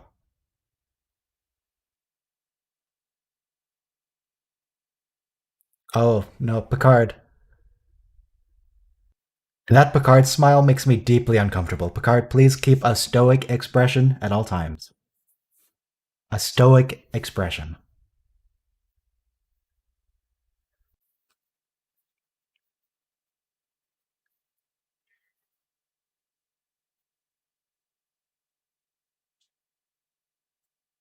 Yeah, Jack Crusher's wearing the movie uniforms, but at that point, that was longer than 9 years ago.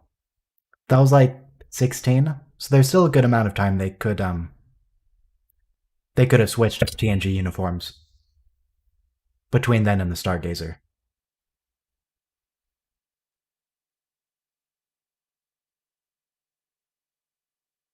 How? What were they wearing on the? What were they wearing on the Enterprise C? I don't remember. Were they wearing the same uniforms? Did they have the updated TNG uniforms? What's going on there? Well, we'll find out. The Wrath of Khan uniform. Okay. I don't know how long ago the Enterprise C was. Was it longer than 9 years or sooner? I don't know. Thought process disorder. Okay.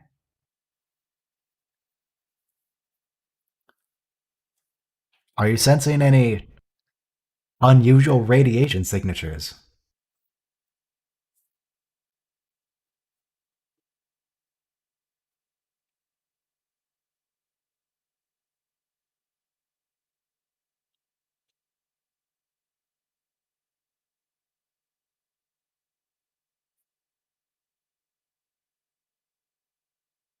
If I had to guess, I would say the Enterprise C was like 30, 20. But yeah, I really don't know. Maybe it was 80. That's a nice sweater, though, Wes. You should keep that on.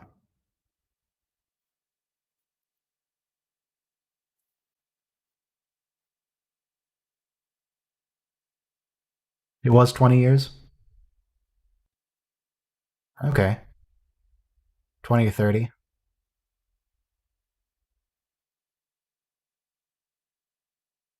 What do you mean, adults, Wesley? What are you talking about?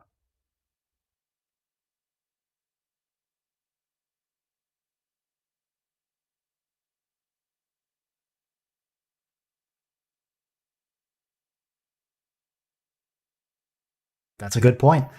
Wesley's wearing every division color because he's great at everything. 22 years before yesterday's Enterprise. So yeah, that'd be 20 or 19, depending on which season yesterday's Enterprise is in.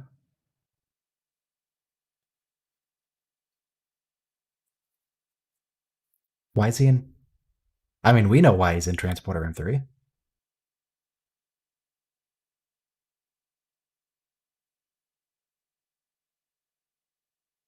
That didn't sound like Major Barrett there. That computer didn't sound like Major Barrett. Was that someone else?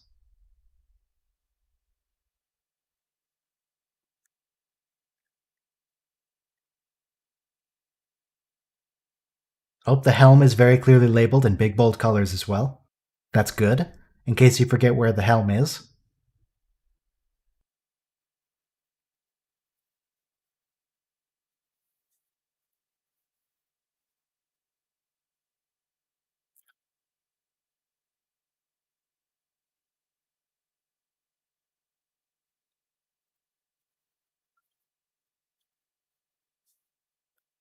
Oh yeah, the computer's not going to tell people anything unless they ask. The Enterprise has zero security. People can get onto the bridge whenever they want. They can use any of the computer panels. It's not like no people insert access codes when they use the computers. They just go. Zero security on the Enterprise.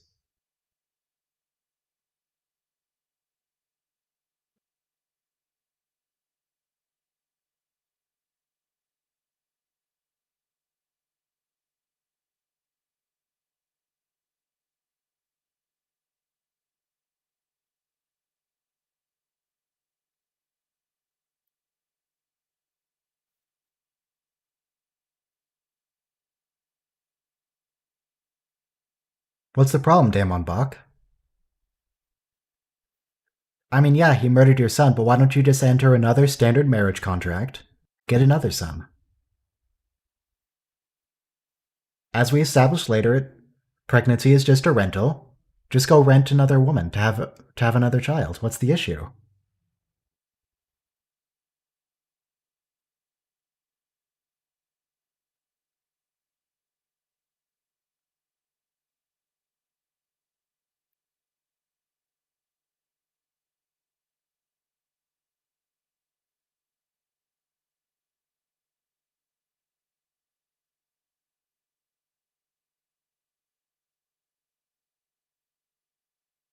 What's that station in the background? Systems. Is it systems analysis? Hurry up and beam out, Damon. I want to read the text. I can't read that. It's all scorched over. Systems something.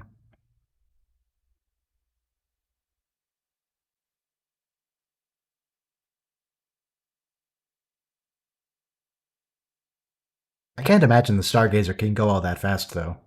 I can probably keep up with it. Oh, it's not actually leaving.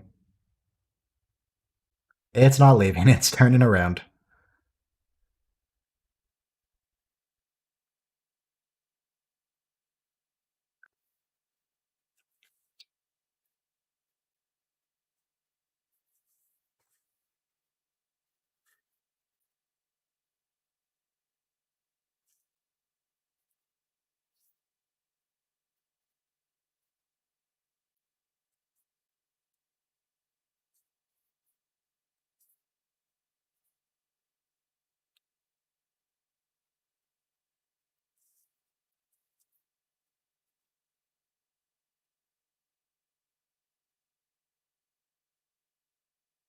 What do you mean he didn't know it was there?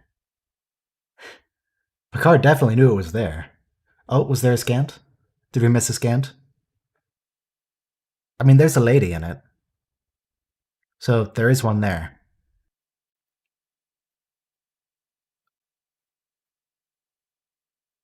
But I'm looking more for men in scants.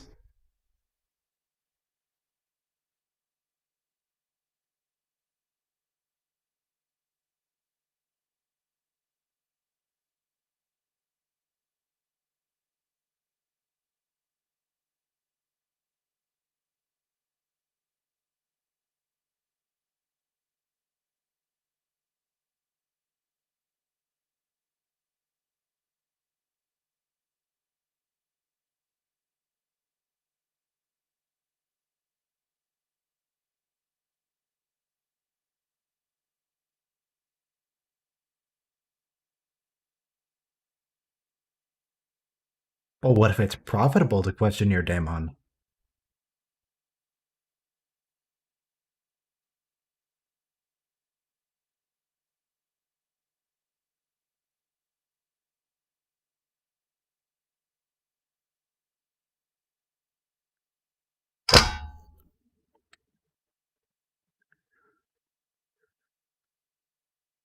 That's a very responsive computer.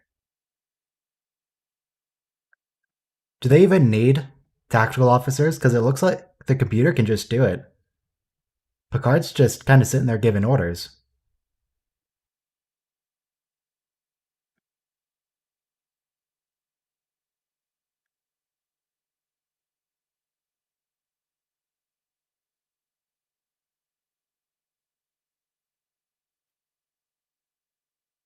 Oh, yep, those are definitely the current TNG uniforms, the earlier ones.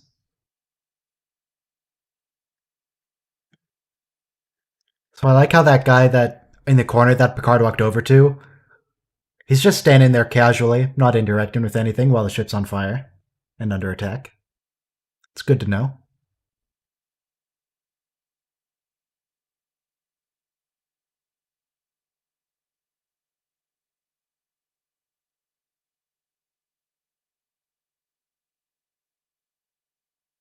You could just go to warp yourself.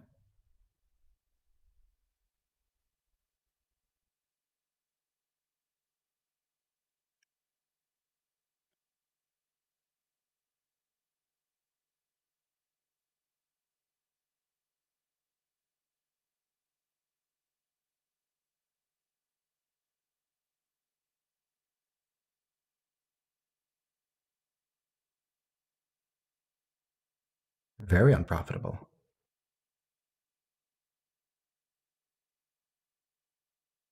I mean, yeah, surely they could just go to warp themselves.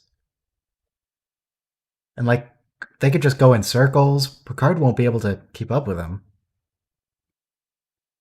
It'd at least buy him some time.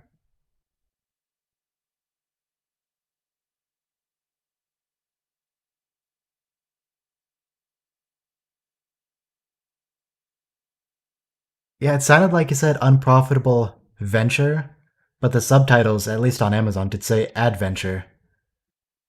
I don't know what was up with that.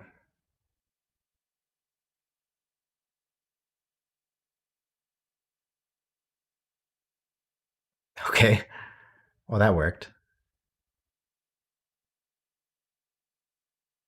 I mean, they say limit its field of fire, but they're still pointed directly at them. How much could you possibly have limited it?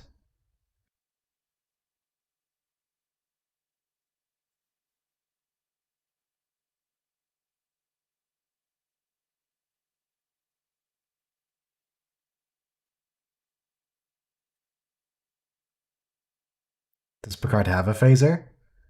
Why would he have one?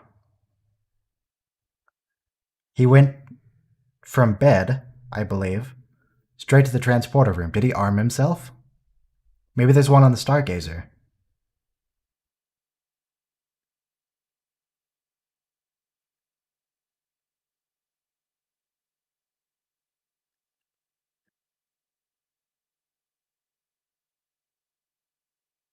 He does have a phaser.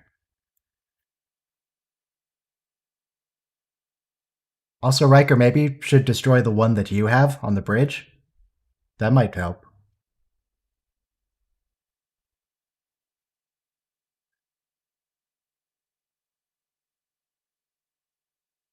Cast it into the fire, Picard. Destroy it.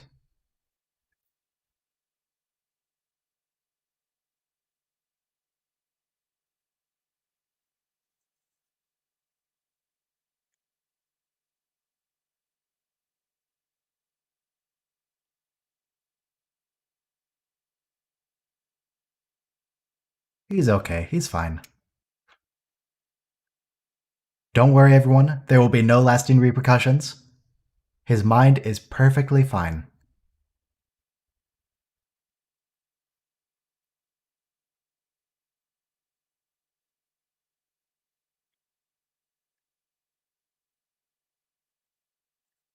Oh, there's the lesson. There's nothing to be gained by revenge.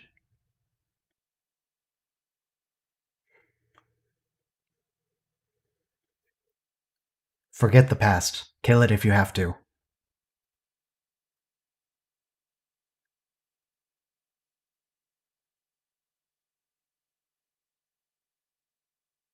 I don't know if they can beam you all the way to France, Captain. They can set a course.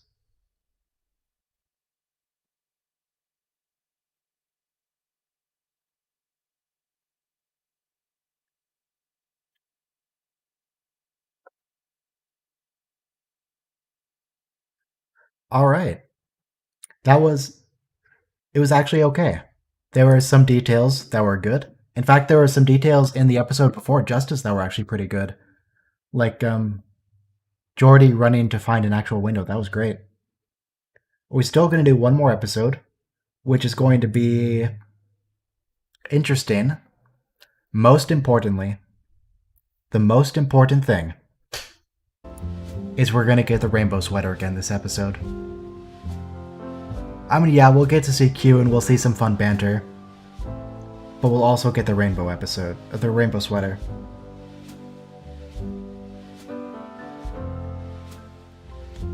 As I said, we're now past the worst episodes of TNG. It's all uphill from here.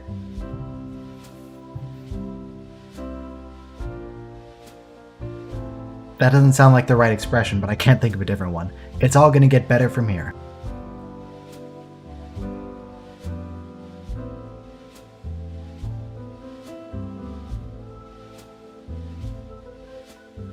Let's see what the Amazon description for this is. The Enterprise is once again challenged by the dangerous and powerful Q, who offers Riker godlike powers in exchange for Riker's membership in the Q Continuum. Well, okay, there's still nowhere to go but up. Okay, there's one more. There's one more really terrible episode. But we'll come to that in a couple weeks. In 2 weeks, we'll get Angel 1, which is something. We might just skip the Riker clip show. Because it really adds nothing. Shades of Grey, it's pointless. We can just skip it. It adds absolutely nothing. It's more Angel 1 I'm thinking about, because, yeah, Angel 1's certainly an interesting one. We won't be skipping that, though. No, we're going to be watching that in its entirety. That feels like it's another Gene Roddenberry episode. I don't know when Gene Roddenberry stopped being active in Star Trek, but Angel 1 feels like a Gene episode. Arsenal of Freedom's pretty good.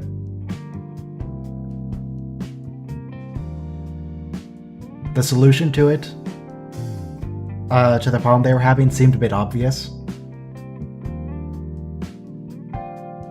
But it was still an excellent episode. I'm looking forward to it.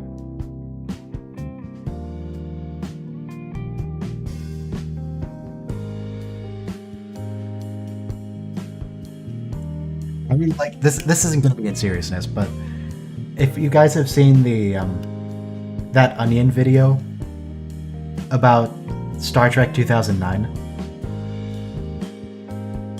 it's a satirical interviewing people about Star Trek 2009 premiere. It's all satirical, it's all in good fun. And the way they describe Gene Roddenberry is the hack who created the Star Trek television show way back in the 40s or something. It's just, nobody cares anymore. Gene Roddenberry, most of Star Trek is not Gene Roddenberry. Home soil, which one is home soil? What was that about? Powerful microscopic lifeform declares war on humans, takes over the Enterprise's lab and computers, and threatens to destroy the ship. I think that one's okay. It's not the best episode in Season 1, but I think it's alright. I enjoyed it. But of course we'll be judging it again in just a few weeks.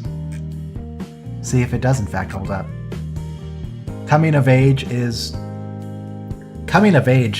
right after Home Soil. That's the one where you really question Starfleet Academy procedure. There's just so much wrong with the Academy entrance exams. For one, they only admit one person. They admit one person. You'd think Starfleet's a pretty large organization. They could do with more officers. Nope. One person. Whatever. We'll get to it. We'll get to it. We're going up on Hide and Q. Naturally, it's gonna have Q. And we do all love Q. He'll be some kind of highly advanced life form. So we'll be starting the episode in 5, 4, 3, 2, 1, play. Alright, let's go. Oh, something dramatic is happening right away.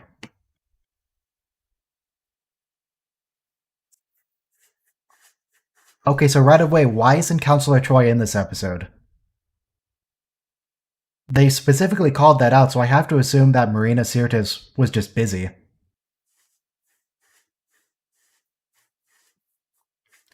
Was Marina busy?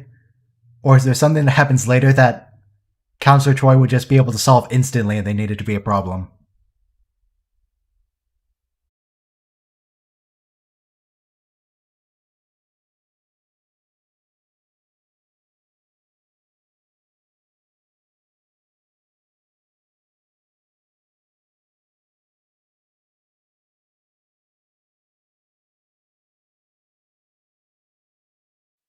It just seems that usually when they don't have a certain character in an episode, they just don't mention them. They just don't show up. But this time they specifically called out that Counselor Troy wasn't available.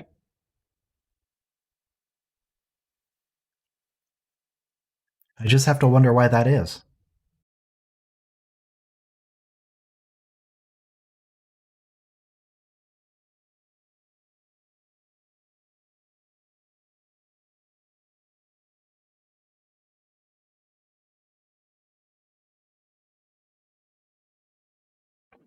What's with the snakes, Q? What's with the snakes?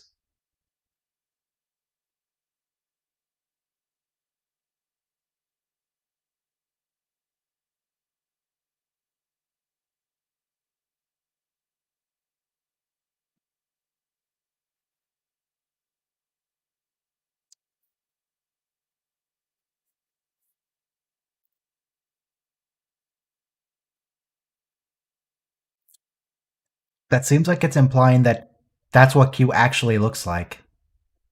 Is that Q's natural form? Oh, I didn't update the episode title. You're right. All right, all right. What's it called? Hiding Q. 1 Oh, I have to reach over my thing of popcorn to get it, to get at the keyboard.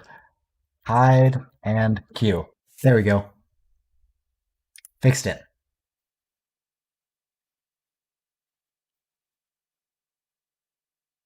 For real, does Q naturally just look like a ball with 3 snakes coming out of it? Is that what Q looks like? I don't remember exactly what it was, but I remember maybe it was the Memory Alpha page. It was referring to that as like a Aldebaran serpent or a Davidian serpent or something. Probably not Davidian, because that's from the Mark Twain episode. I remember Davidia, but I think that wasn't actually Q.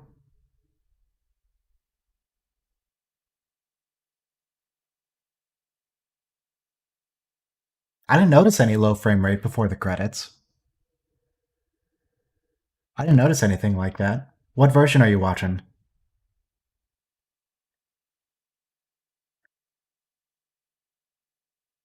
Oh, that's right. Ophidians. The Davidian Ophidians, that's true.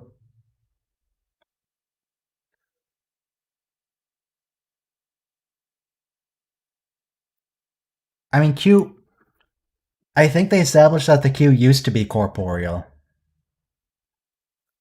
They used to be corporeal. Were they snake people when they were corporeal?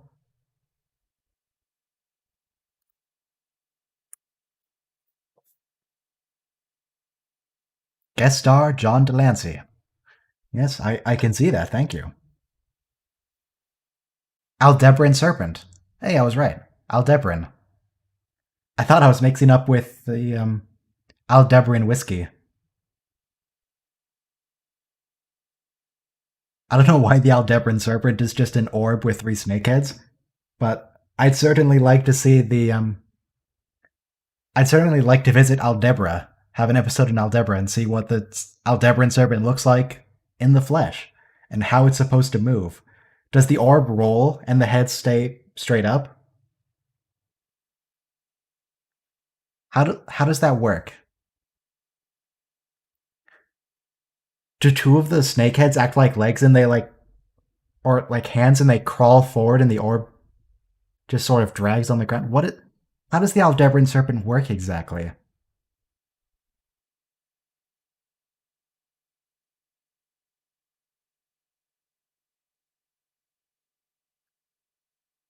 Yada yada yada seized my vessel. Come on, Picard. Don't be so melodramatic about it.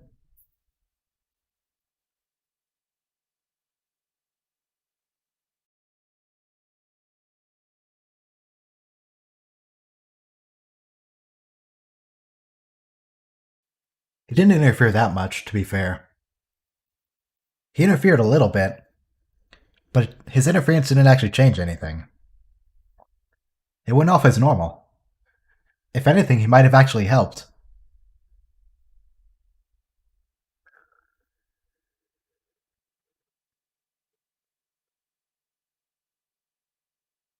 Also, that scarf, I see it has a layer of fabric on the inside, on the non-shiny part, but it looks really uncomfortable.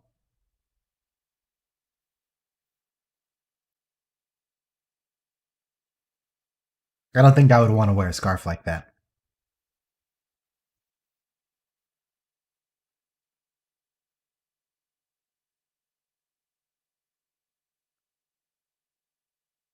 Is this Aldebra?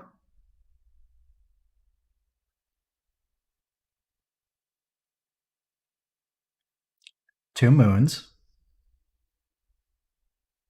Yes, I just said that, Jordy. Thank you.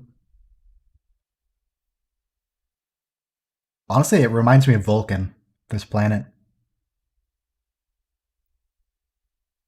It's probably not Vulcan, though. This is distinctly TOS, though, yeah. It specifically reminds me of Vulcan in the part where Spock in one of the movies is doing his ritual. I don't remember what it was called. Doesn't Vulcan have a moon? I I seem to remember seeing a moon around Vulcan. Are you sure? Kolinar, yeah. It reminds me of the Kolinar bit. There's no T'Pau there, and there's decidedly no Spock there. But that's what it reminds me of. Are you sure there's no moon? I feel like in canon there's no moon, but I feel like we do see either a planet or a moon or something very nearby to Vulcan.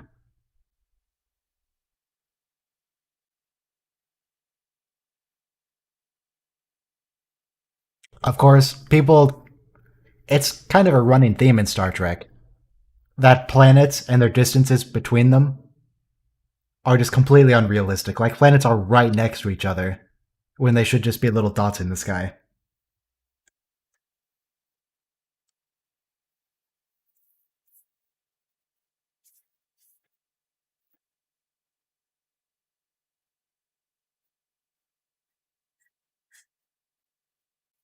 Tasha, what's with the phaser? You can't phaser Q. We know this. I guess it's just reflex.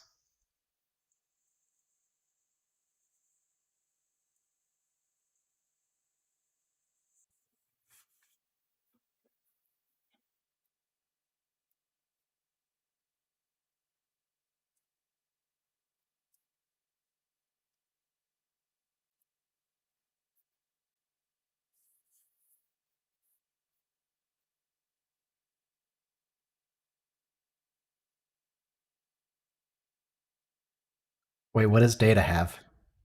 Is that oil?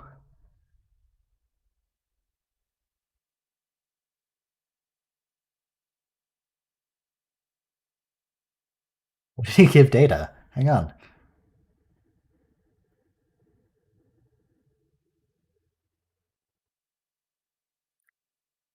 Oh, that's gonna get retconned later. Drink not with thine enemy? Yeah, that's not a thing in later seasons. They very explicitly drink with their enemies.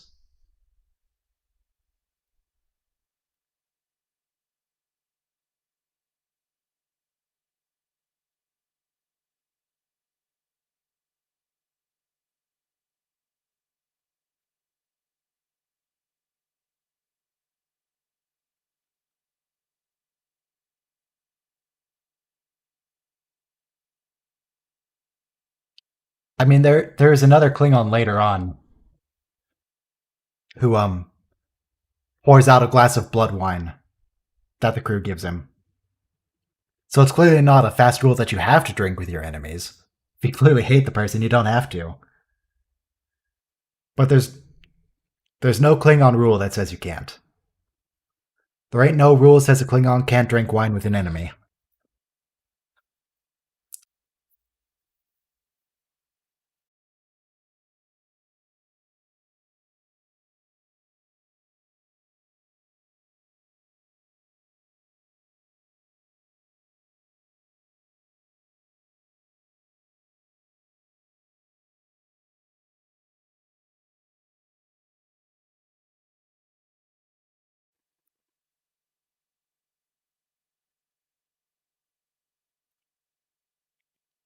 Oh, the Amazon X-ray says that Data only has one pip on his collar in this episode. When he's on the planet. At least in some shots. Keep an eye out for Data's rank pips. Let's see if he is in fact an ensign on this episode. Riker has his proper 3. Q obviously has none, because, I mean, he's not a Starfleet officer here. Worf is Lieutenant Junior grade. Is Worf supposed to be Lieutenant Junior grade? Tasha's full lieutenant. Data had his multiple pips there. We'll just have to keep an eye out for it.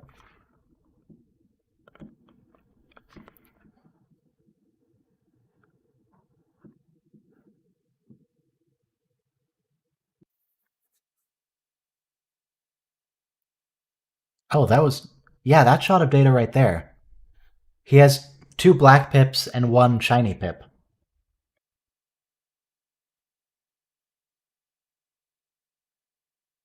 Maybe it's just a lighting thing, but his pips did look wrong there.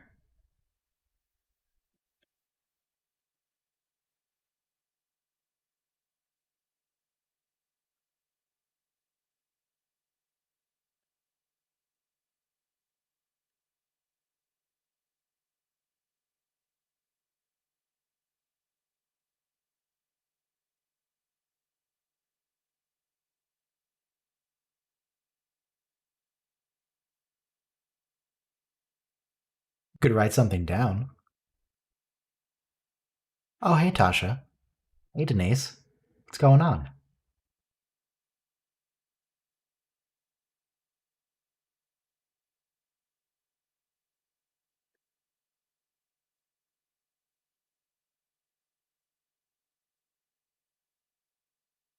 Yeah, the captain's log never repeats back to him, except to demonstrate when it's not working.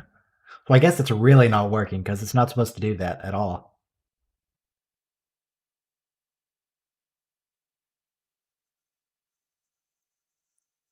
Denise has very curvy ears.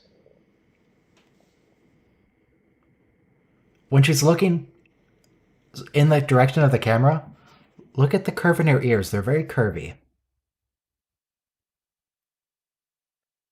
Interesting. I never noticed that.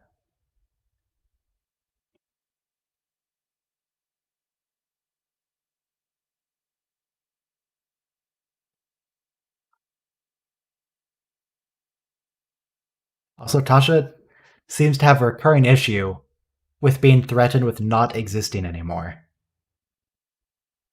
It happens at least twice.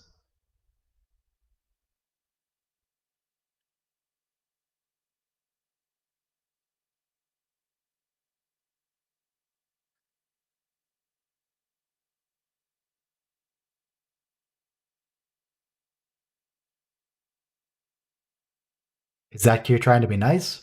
Or is there a timer on that? It seems like Q is actually being nice there.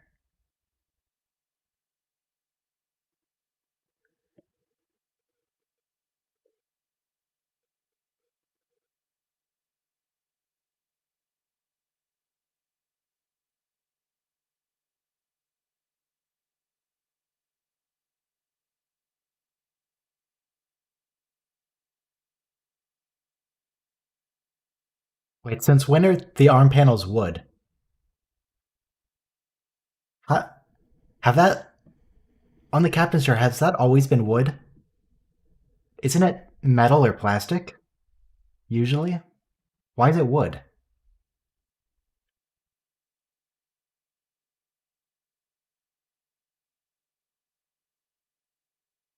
I mean, it's not bad, but it's different.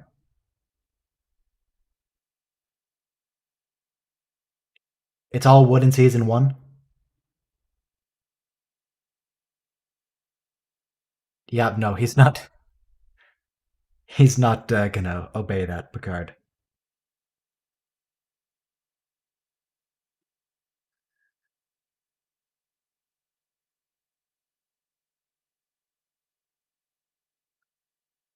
Maybe everyone else on the ship is frozen. They just Stopped in time.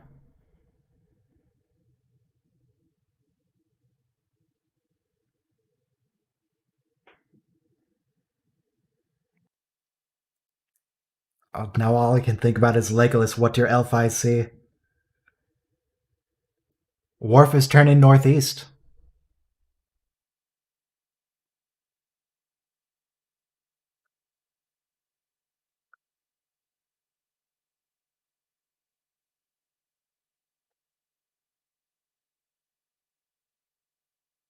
Are they Aldebrans? Are those people Aldebran?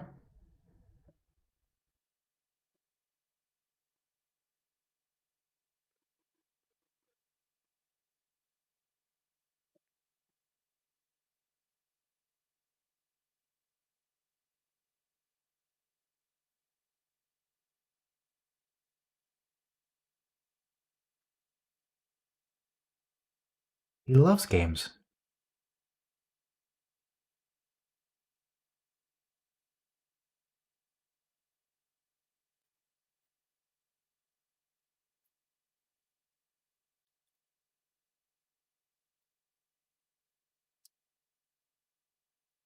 I don't think that's the line, Q.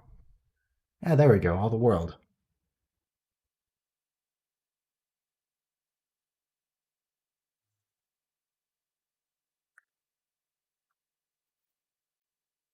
I actually memorized this bit of Shakespeare for a high school class.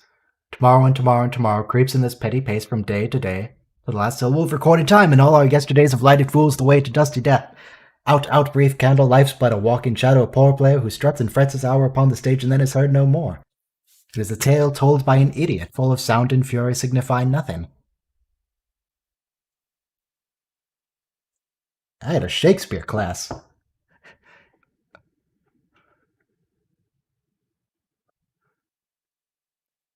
This I don't know this bit though. I know the to be or not to be speech. This part I don't know though.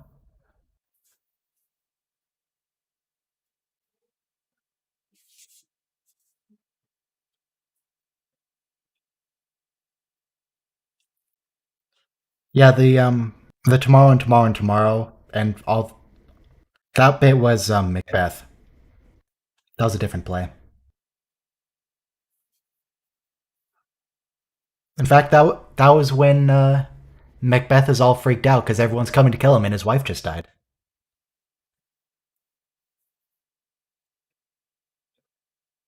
She should have died hereafter. There would have been time for such a word.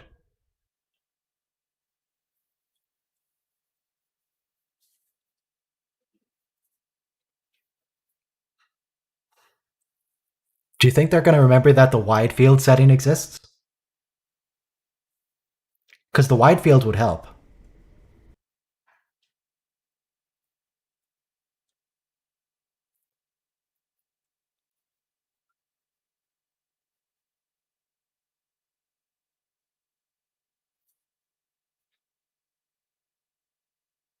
Yeah, I would like to see the behind the scenes of this before the visual effects. Is the green sky a green screen, or is it a green screened green sky? I imagine it's a green screened green sky, not a green sky green screen.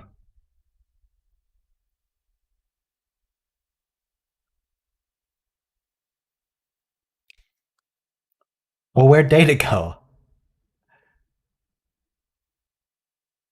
Did Data just stop existing momentarily? Where's Data? Is he on the Enterprise?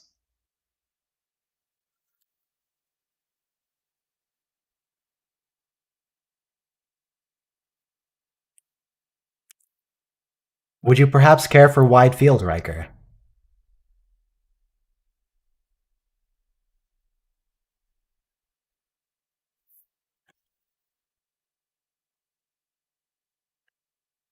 Oh, Q looks really weird in Data makeup.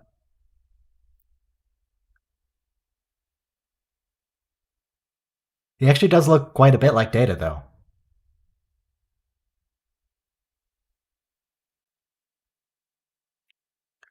Oh, there's Data.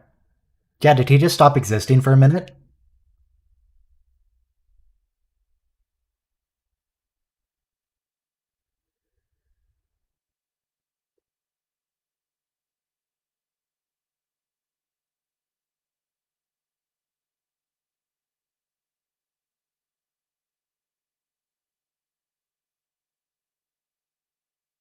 Riker is one with the Q.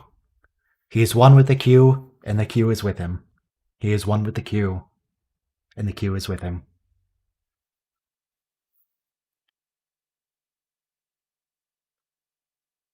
Wait, why is Tasha still in the penalty box?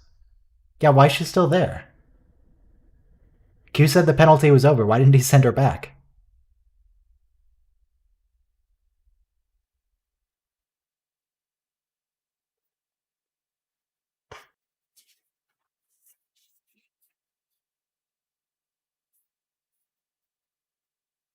Yes, that was a Rogue One reference. I am one with the Force, and the Force is with me. He always suspends time, Captain. Suspending time is kind of his thing.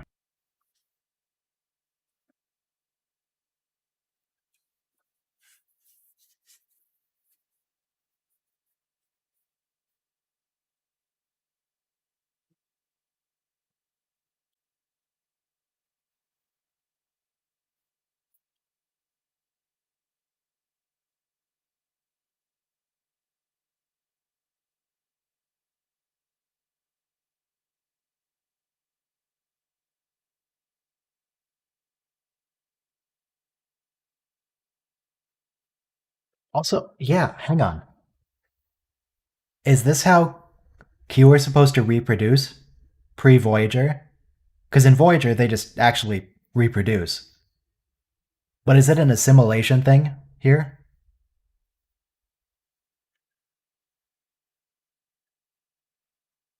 They just add new species?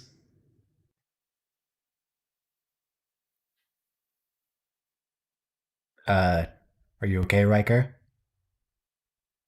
Uh, John? What you laughing at, Frakes?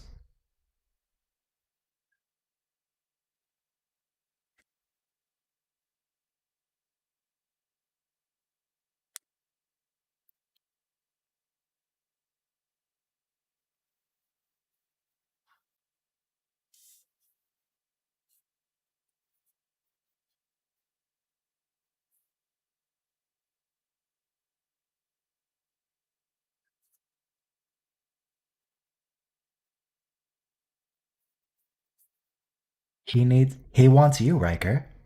He loves you.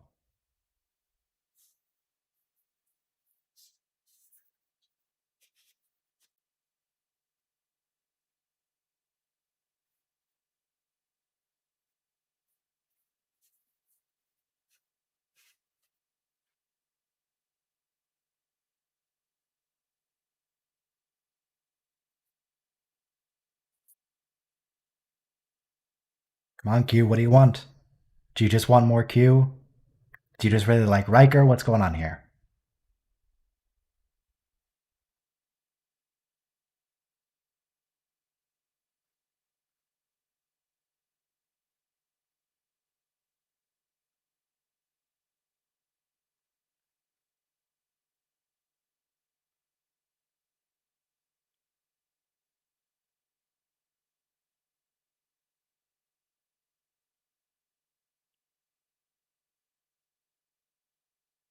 Is he going to explain it? Because I really am curious as what he wants with Riker.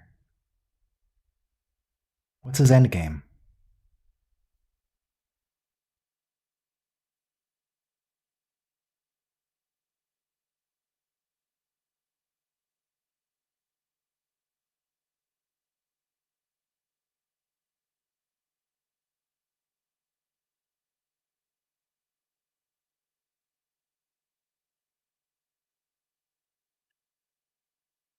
Yeah, maybe that headcanon is right.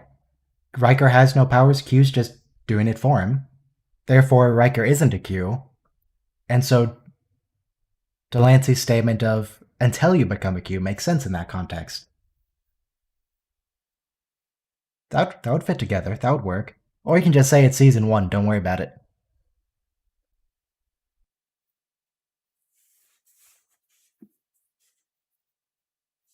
Okay, so he just wants to understand humans. He's just obsessed with humans, and he thinks Riker's a good example.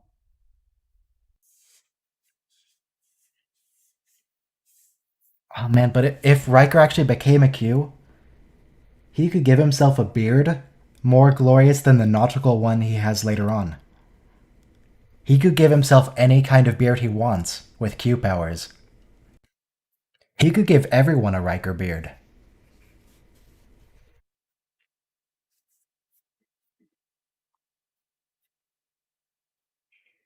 Oh, hey, Wes. That's a nice sweater you have.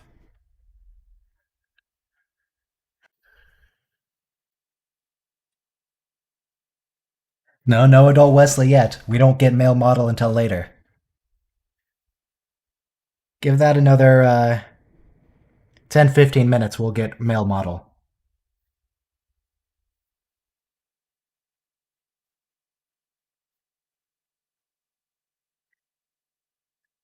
If Riker became a Q, he actually could get good at playing jazz. What are you doing? What are you doing, Worf? That didn't even look vaguely like you stabbed him, but okay.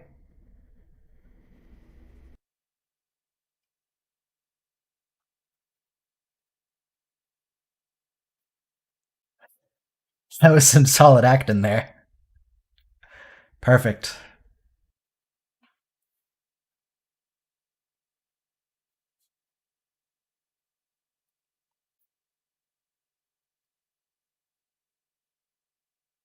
Oh, look at Wesley's pants. Why are they split like that over the boots? Oh, that looks weird. No, just put on normal pants, Wes.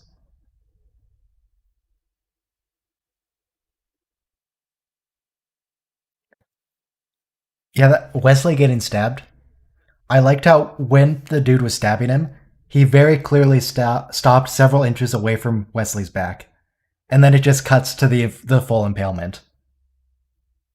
Like they don't cut that scene when he's still pushing it in. He stops, and then it cuts, and then Wesley's impaled.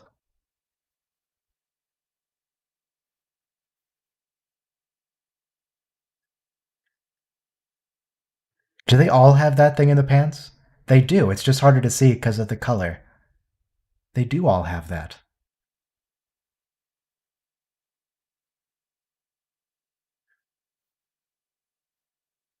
Well, in that case, Wes, I guess just put on some darker pants.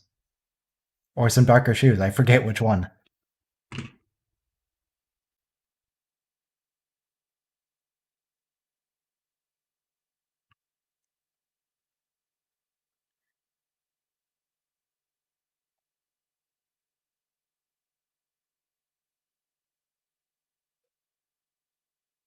If he wants to wear those pants, that's fine, but he needs darker pants. They need to be darker. They need to match the boots.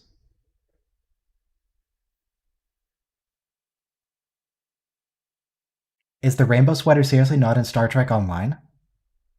How can that sweater not be in Star Trek Online? I would assume everyone wants that.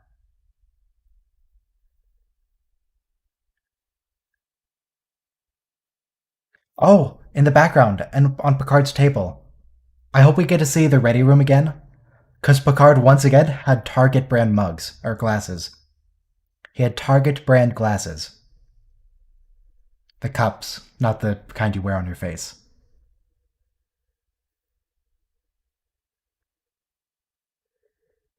Hopefully, we get another shot of the ready room.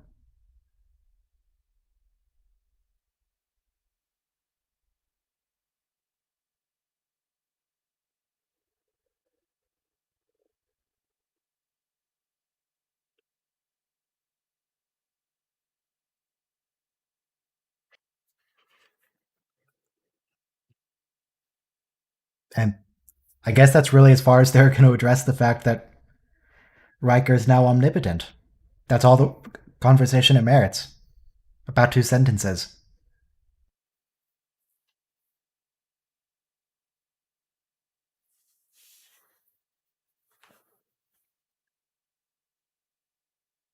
Nah, she's fine. I saw her eyes moving. Don't worry about it. She's okay. Or at the very least, not dead yet. What do you mean it's too late? No, she was moving. I saw it. What are you talking about, Crusher?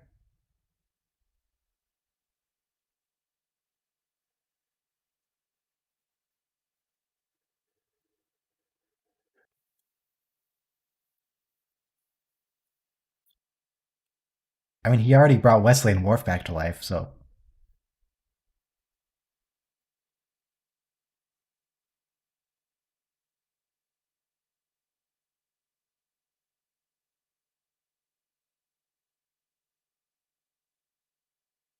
He's already brought two people back to life. He could bring her back.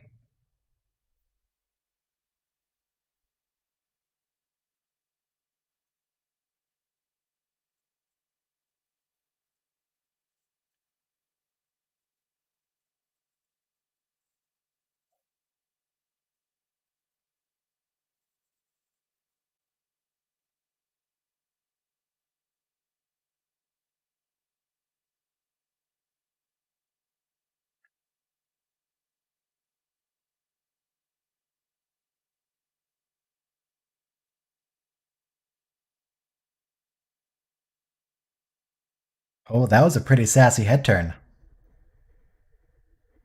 Very sassy, Riker.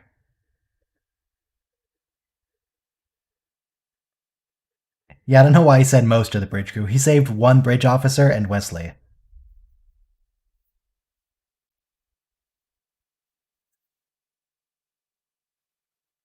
One of the bridge crew.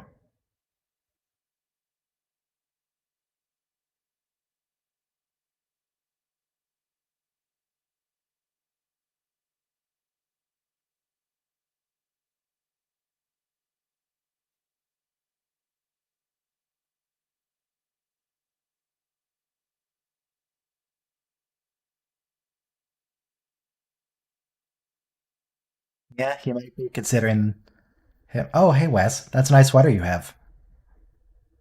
You know what would be great? If you could get that sweater in some sort of always online game that was Star Trek themed.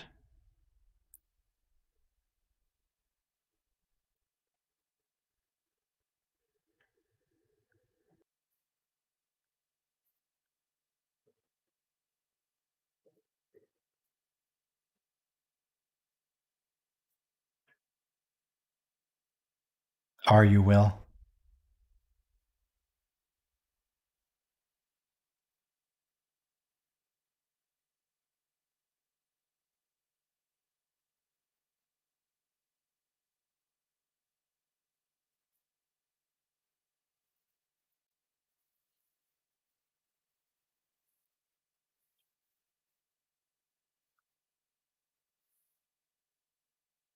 They will be on a first name basis, eventually.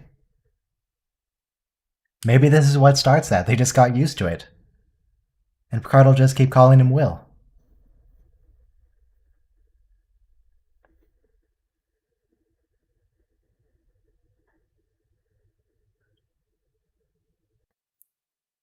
I like how the way Riker talks has also changed quite a bit.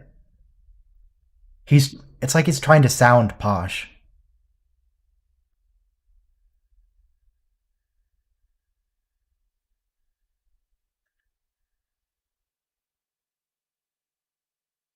He's trying to sound more theatrical here.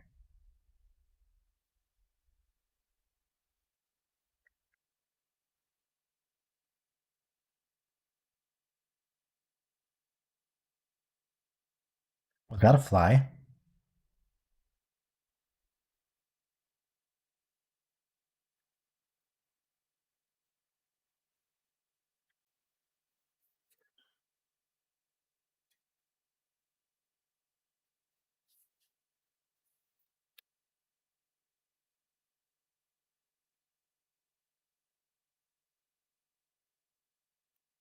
Are you going to pray to Q? Are you going to pray to yourself?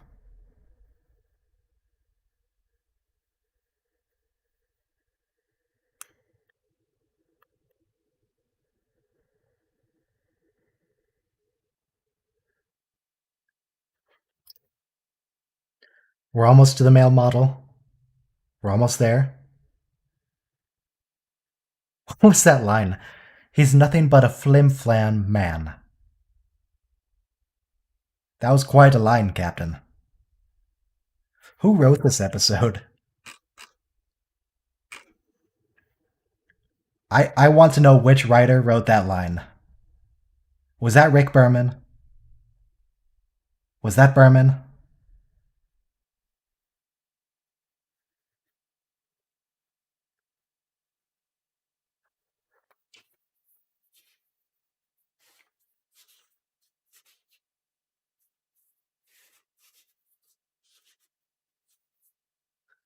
He's nothing but a flim-flam man.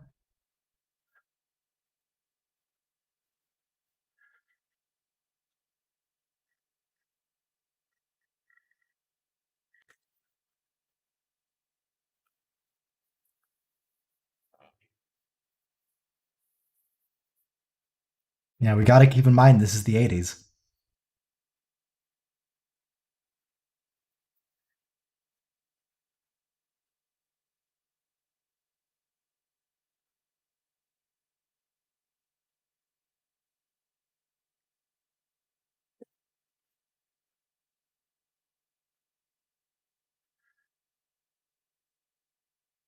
Do you have to phrase it like that, Riker? That's a really weird phrasing. Are we gonna get the male model? This'll definitely be adult Will Wheaton, right? Yeah, that's what Will Wheaton looks like. That's totally Will Wheaton.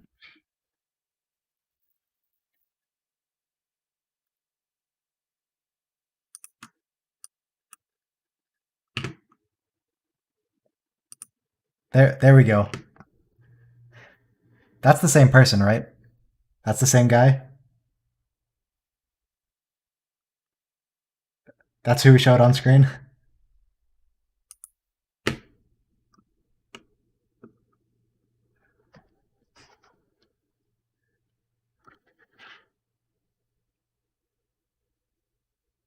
Remarkable.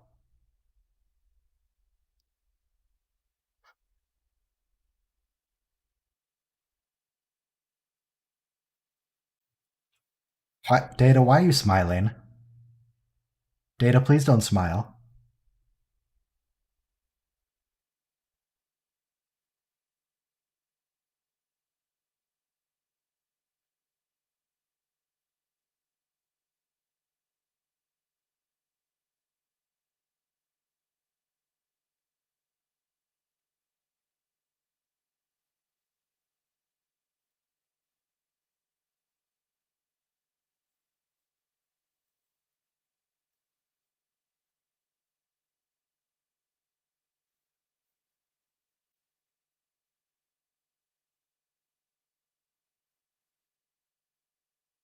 Geordi does love being able to see.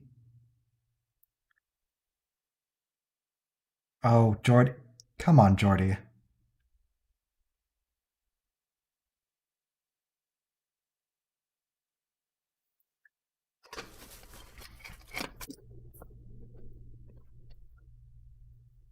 He'll get to see.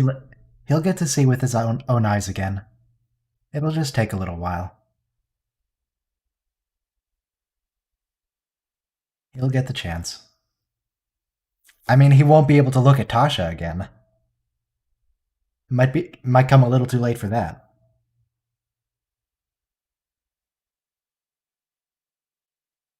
Perfect. That's much better.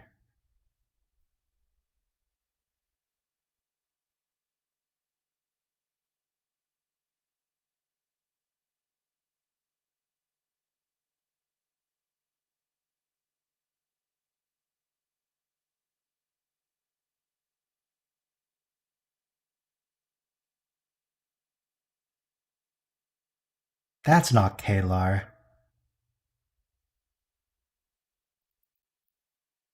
Also, Riker, is this really appropriate for the bridge? Are you sure this is what you want to put on the bridge?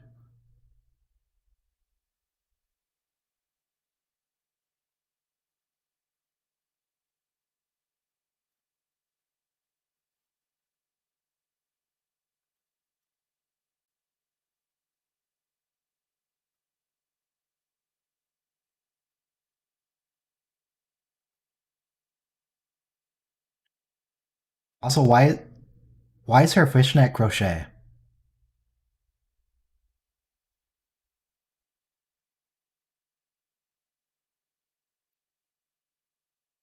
No, no, this is Gene Roddenberry's idea of it. Gene, what are you doing? Also, you were talking about wanting to Klingon woman 2 episodes ago, Worf. 2 episodes ago.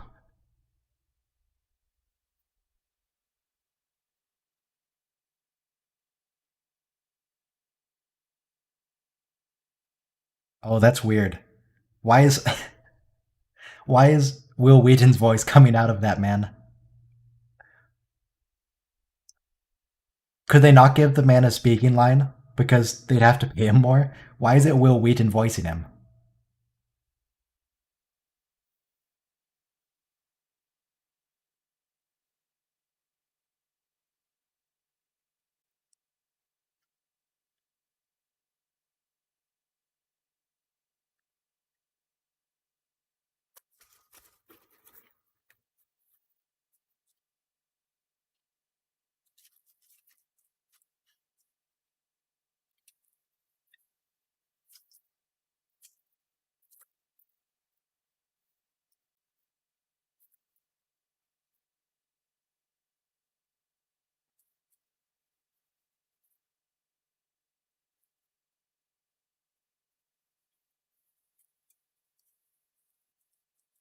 Tasha has no desires. Tasha doesn't get anything from Q Riker because Tasha has everything she needs. The real treasure was the friends she made along the way. Wait, what hole in time?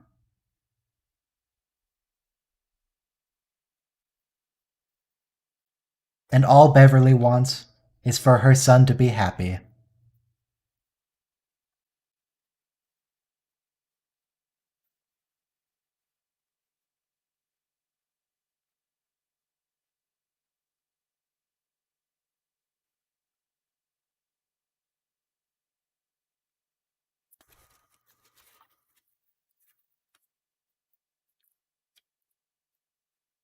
Also, that little kid is still totally dead.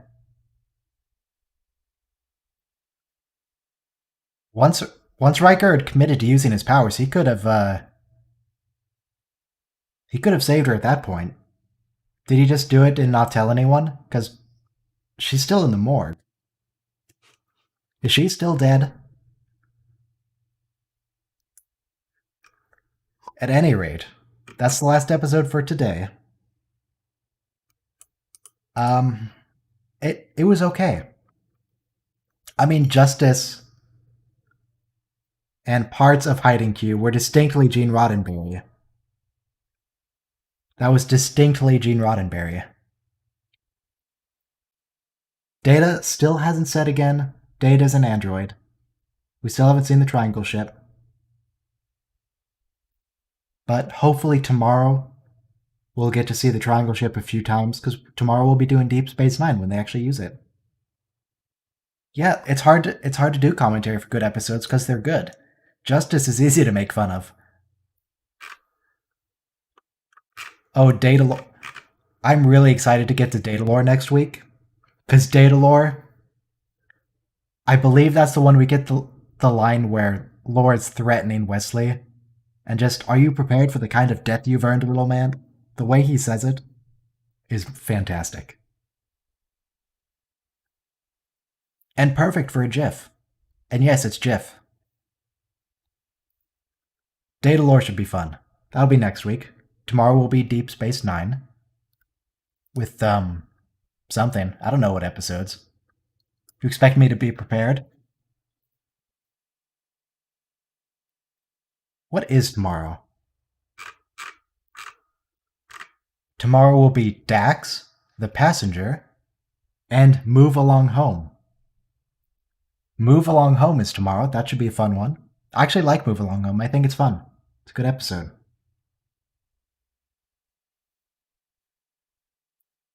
Yeah, it's true. It's Jeff. It's Jeff.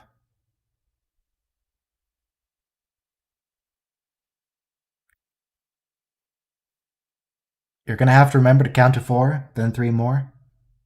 You'll have to go with me, and then you'll see.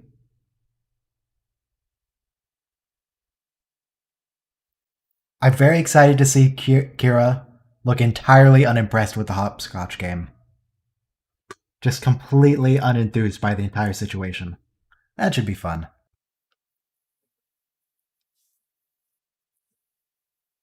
How can you not be a fan of Deep Space Nine? Deep Space Nine is at least as good as TNG. They're both the best series Star Trek has ever offered.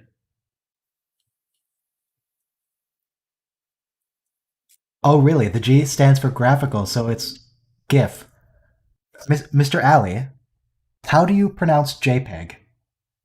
How do you pronounce JPEG? Given that the P stands for photographic. How do you pronounce scuba, given that the U stands for underwater?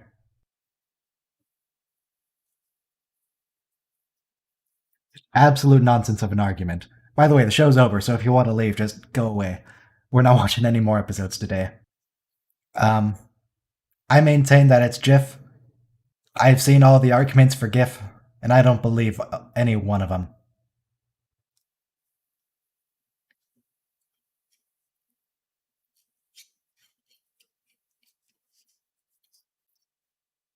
Yeah. So, next week, not tomorrow, but next week, I want to try and get a guest on.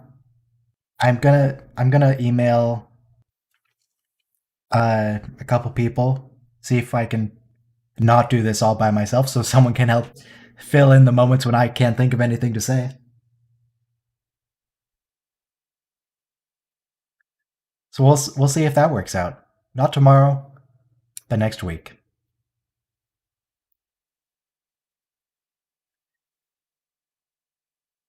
A lot of cursing in season 1 TNG so far. So again, if anyone says that the cursing in new Star Trek goes against Gene Roddenberry's vision of the future, just direct them to TNG season 1, which was directly under Gene Roddenberry's control and has a lot of cursing in it, where later Star Trek that doesn't have Gene Roddenberry involved does not. They get rid of the cursing after Gene Roddenberry leaves. So if people bring that up as an argument specifically, just point them to season 1, it'll be fine.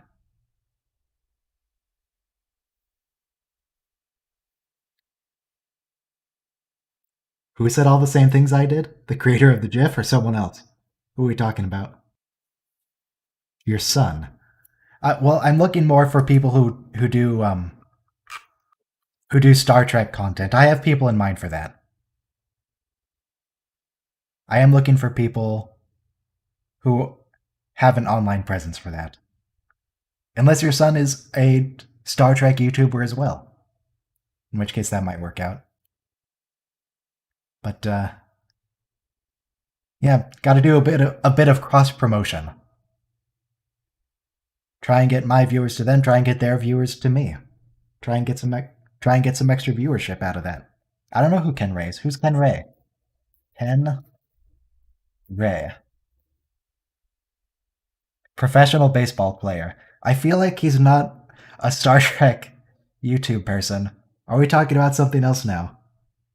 What does professional baseball player Ken Ray have to do with anything? Is there a different Ken Ray? Who's Ken Ray?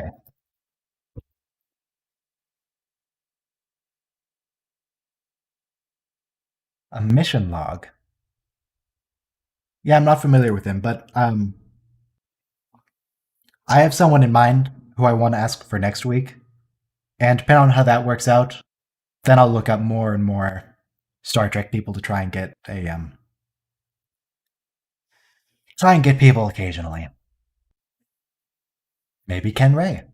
I still don't know who that is, but apparently he does Star Trek stuff. So we'll see about that. Ah, excellent. Show's over, so people are going away. Current viewers is going down.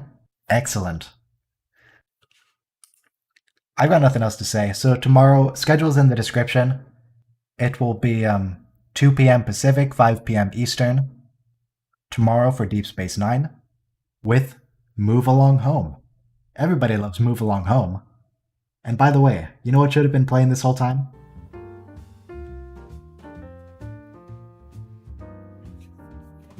We need to have the jazz. The show's over, so it's too late for the jazz. But there should have been jazz. Just pretend there was jazz that whole time. Anyway, I'm done for the day. Thank you for joining me, everyone. See you guys tomorrow.